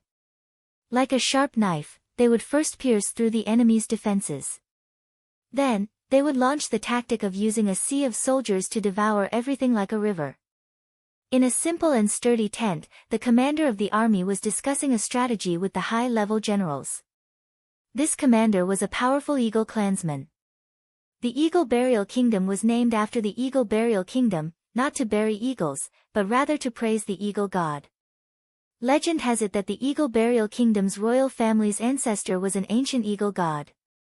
Although it fell in the Eagle Burial Kingdom, it still influenced its descendants, allowing the Eagle Burial Kingdom's royal family to have a strength different from normal tribes. The Eagle Burial Kingdom referred to the buried ancient eagle god. The Eagle clan in the Eagle Burial Kingdom had a high status, especially the royal family that was proud of being the descendant of the eagle god. The current commander was a eagle god clansman. His face was blue, his hair was cinnabar, and his eyes were bright. He had teeth that protruded from his lips and a pair of wings on his ribs, looking like a combination of a human and a bird. His eyes were sharp and fierce and each feather seemed to contain a strong power. The biggest difference between the Eagle God clansman and normal Eagle clansmen was that the Eagle God clansmen could awaken the power of their bloodline, just like the great Zhou Queen Qinbingyu. Once the power of their bloodline was awakened, not only would they grow quickly, their battle strength would also be higher than those of the same level. Your Majesty, the Dark Eagle King, we've discovered an enemy army that is currently gathering on the prairies. It seems like they are here to deal with us. A general quickly came into the tent and respectfully bowed to the spirit beast. From the situation we've investigated, this is an army we've never seen before. There aren't many of them, only around 20,000. The Northern Militant War Zone's commander, the Dark Eagle King, was actually a vassal king of the Eagle Burial Kingdom. This king was different from the Fang king that was sent to the Warhound's Plains to establish the Warhound's Kingdom. This king was only a small region's manager, and if placed in the entire Eagle Burial Kingdom, he wouldn't even be able to appear. The Eagle Burial Kingdom fought with several large and small countries, and each country had several vassals. The Dark Eagle King was one of the 5 orthodox kings of the Eagle Burial Kingdom. Whether it was strength, status, or influence, it was not something the previous Warhound's king could compare to. To attack the 3 kingdoms this time, the Eagle Burial Kingdom had sent out 3 Eagle Kings at once. This was enough to show how much importance or fear they placed on the 3 kingdoms. A high-ranking general said with a cold smile, "Only 20,000 people. What is there to fear with this number? This general is willing to send out 30,000 wolf cavalry to wipe them all out. Don't forget the humiliation of the past." The Dark Eagle King's eyes were as sharp as a blade as it swept over the generals. "Our enemies are not sheep, but rather a group of dangerous wild beasts. Send out all the nearby roaming beasts and gather information on this army in the shortest amount of time. It would be best if we can capture 1 or 2 of their soldiers alive. Other than that, increase the vigilance in the air. If any flying objects appear, immediately shoot them down." The generals were a bit stunned. Why was the Dark Eagle King this cautious? There were a total of 150,000 soldiers of the Dark Eagle King stationed here, and they were all elites among elites of the Eagle Burial Kingdom, including light cavalry, infantry, air force, and etc. They could deal with any kind of enemy with ease, but now they were being cautious with a trivial 20,000 people. Was this still one of the 5 Eagle Kings that shook the Eagle Burial Kingdom? The Dark Eagle King had his reasons for being cautious. The Dark Eagle King was one of the few people that knew the truth. He knew that the 3 kingdoms wouldn't be able to withstand a single blow. What they needed to be wary of was the Forest of Chaos behind them. Although the army was inferior to the Eagle Burial Kingdom, the Forest of Chaos had the advantage in terms of experts, with many Heaven Domain experts among them. The 5 Eagle Kings were very strong, but they were still experts in the 9th True Spirit Layer or the peak 9th True Spirit Layer. This kind of strength couldn't withstand a single blow from a Heaven Domain expert. If this army was sent by the Forest Alliance, they couldn't judge the enemy's battle strength from their numbers. The preliminary information was quickly gathered. This was a mixed army of ogres and barbarians. The Dark Eagle King was a bit stunned. The ogres and barbarians were not native races of the Warhound Plains, so this was clearly an external army. However, what he couldn't understand was why it was the ogres and barbarians. Although these 2 races had thick skin and boundless strength, they were ultimately not a race that could be nurtured into a powerhouse. If it was a battle between normal kingdoms, the ogres and barbarians' battle strength would be enough to shock the battlefield, but the current battle situation was completely different. Whether it was the barbarians or the ogres, their innate cultivation talent was very low, relying on brute force. This meant that their battle strength was limited and it was hard for these races to produce experts, which meant therefore they didn't have any civilization or kingdom on the continent, so their status was very low. How could this kind of army be the elites of the Forest Alliance? Could it be that he was thinking too much? A scout quickly came to report at this time, "Your Majesty the Dark Eagle King, this army is suddenly speeding towards us and will come into contact in an hour." What? How preposterous! The expressions of the generals all changed when they heard this. This small army actually dared to take the initiative to attack the Eagle Burial Kingdom's main force. This was no different from seeking death, it was simply an insult to the Eagle Burial Kingdom's battle strength. Although there had to be a reason for this abnormality, the Dark Eagle King couldn't find a reason to avoid this battle, so he immediately gave the order to meet the enemy. Dong, dong, dong. When the thunder-like war drums sounded out, the Eagle Burial Kingdom's army began to move with high efficiency. The Dark Eagle King's army was mainly cavalry, which was divided into air and ground cavalry and light cavalry. The light cavalry consisted of the Demon Wolf Cavalry, Raptor Dragon Cavalry, Winged Dragon Cavalry, and Goshawk Cavalry. The heavy cavalry consisted of the Earth Dragon Cavalry, Kodo Beast Cavalry, Wyvern Cavalry, and etc.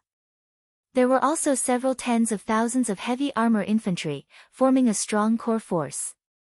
The enemy has appeared. The Eagle Burial Kingdom army had just finished their preparations when the Forest Alliance army appeared in their field of view. When the Eagle Burial Kingdom generals saw the other side's formation, they were all stunned. Just like the intelligence they had just obtained, this army was mainly made up of ogres and barbarians, only their equipment was very strange. This was something that had never been heard of in the countries of the continent. Whether it was the ogres or barbarians, they were all wearing full body armor. This armor was different from the armor of the soldiers of the other kingdoms. It looked like a layer of flexible metal skin that covered over 90% of their body from head to toe in a seamless manner. There seemed to be source energy batteries on their backs and chests that were supplying energy to the equipment. It was hard for the other countries of the continent to mass-produce this kind of equipment. The equipment of this army was even more complicated. They had all kinds of unknown equipment on them, wearing thick shields, wall-mounted energy swords, or wall-mounted firearms, etc. These over 20,000 people formed several square formations, and each square formation was protecting several heavy war chariots. The engines of these war chariots released a blue glow, and they were actually floating in the air as they slowly moved forward. There were thick cannons and rows of missiles, all of them were filled with a dangerous aura. you're tuning in to the Blissful Bookshelf YouTube channel. We're so grateful for your support, and don't forget to subscribe to join us on this incredible journey through captivating stories. Your generosity through donations truly makes a world of difference, as it's the primary source of revenue that allows me to expand and enhance this channel for you. Thank you from the bottom of my heart for being a part of this adventure.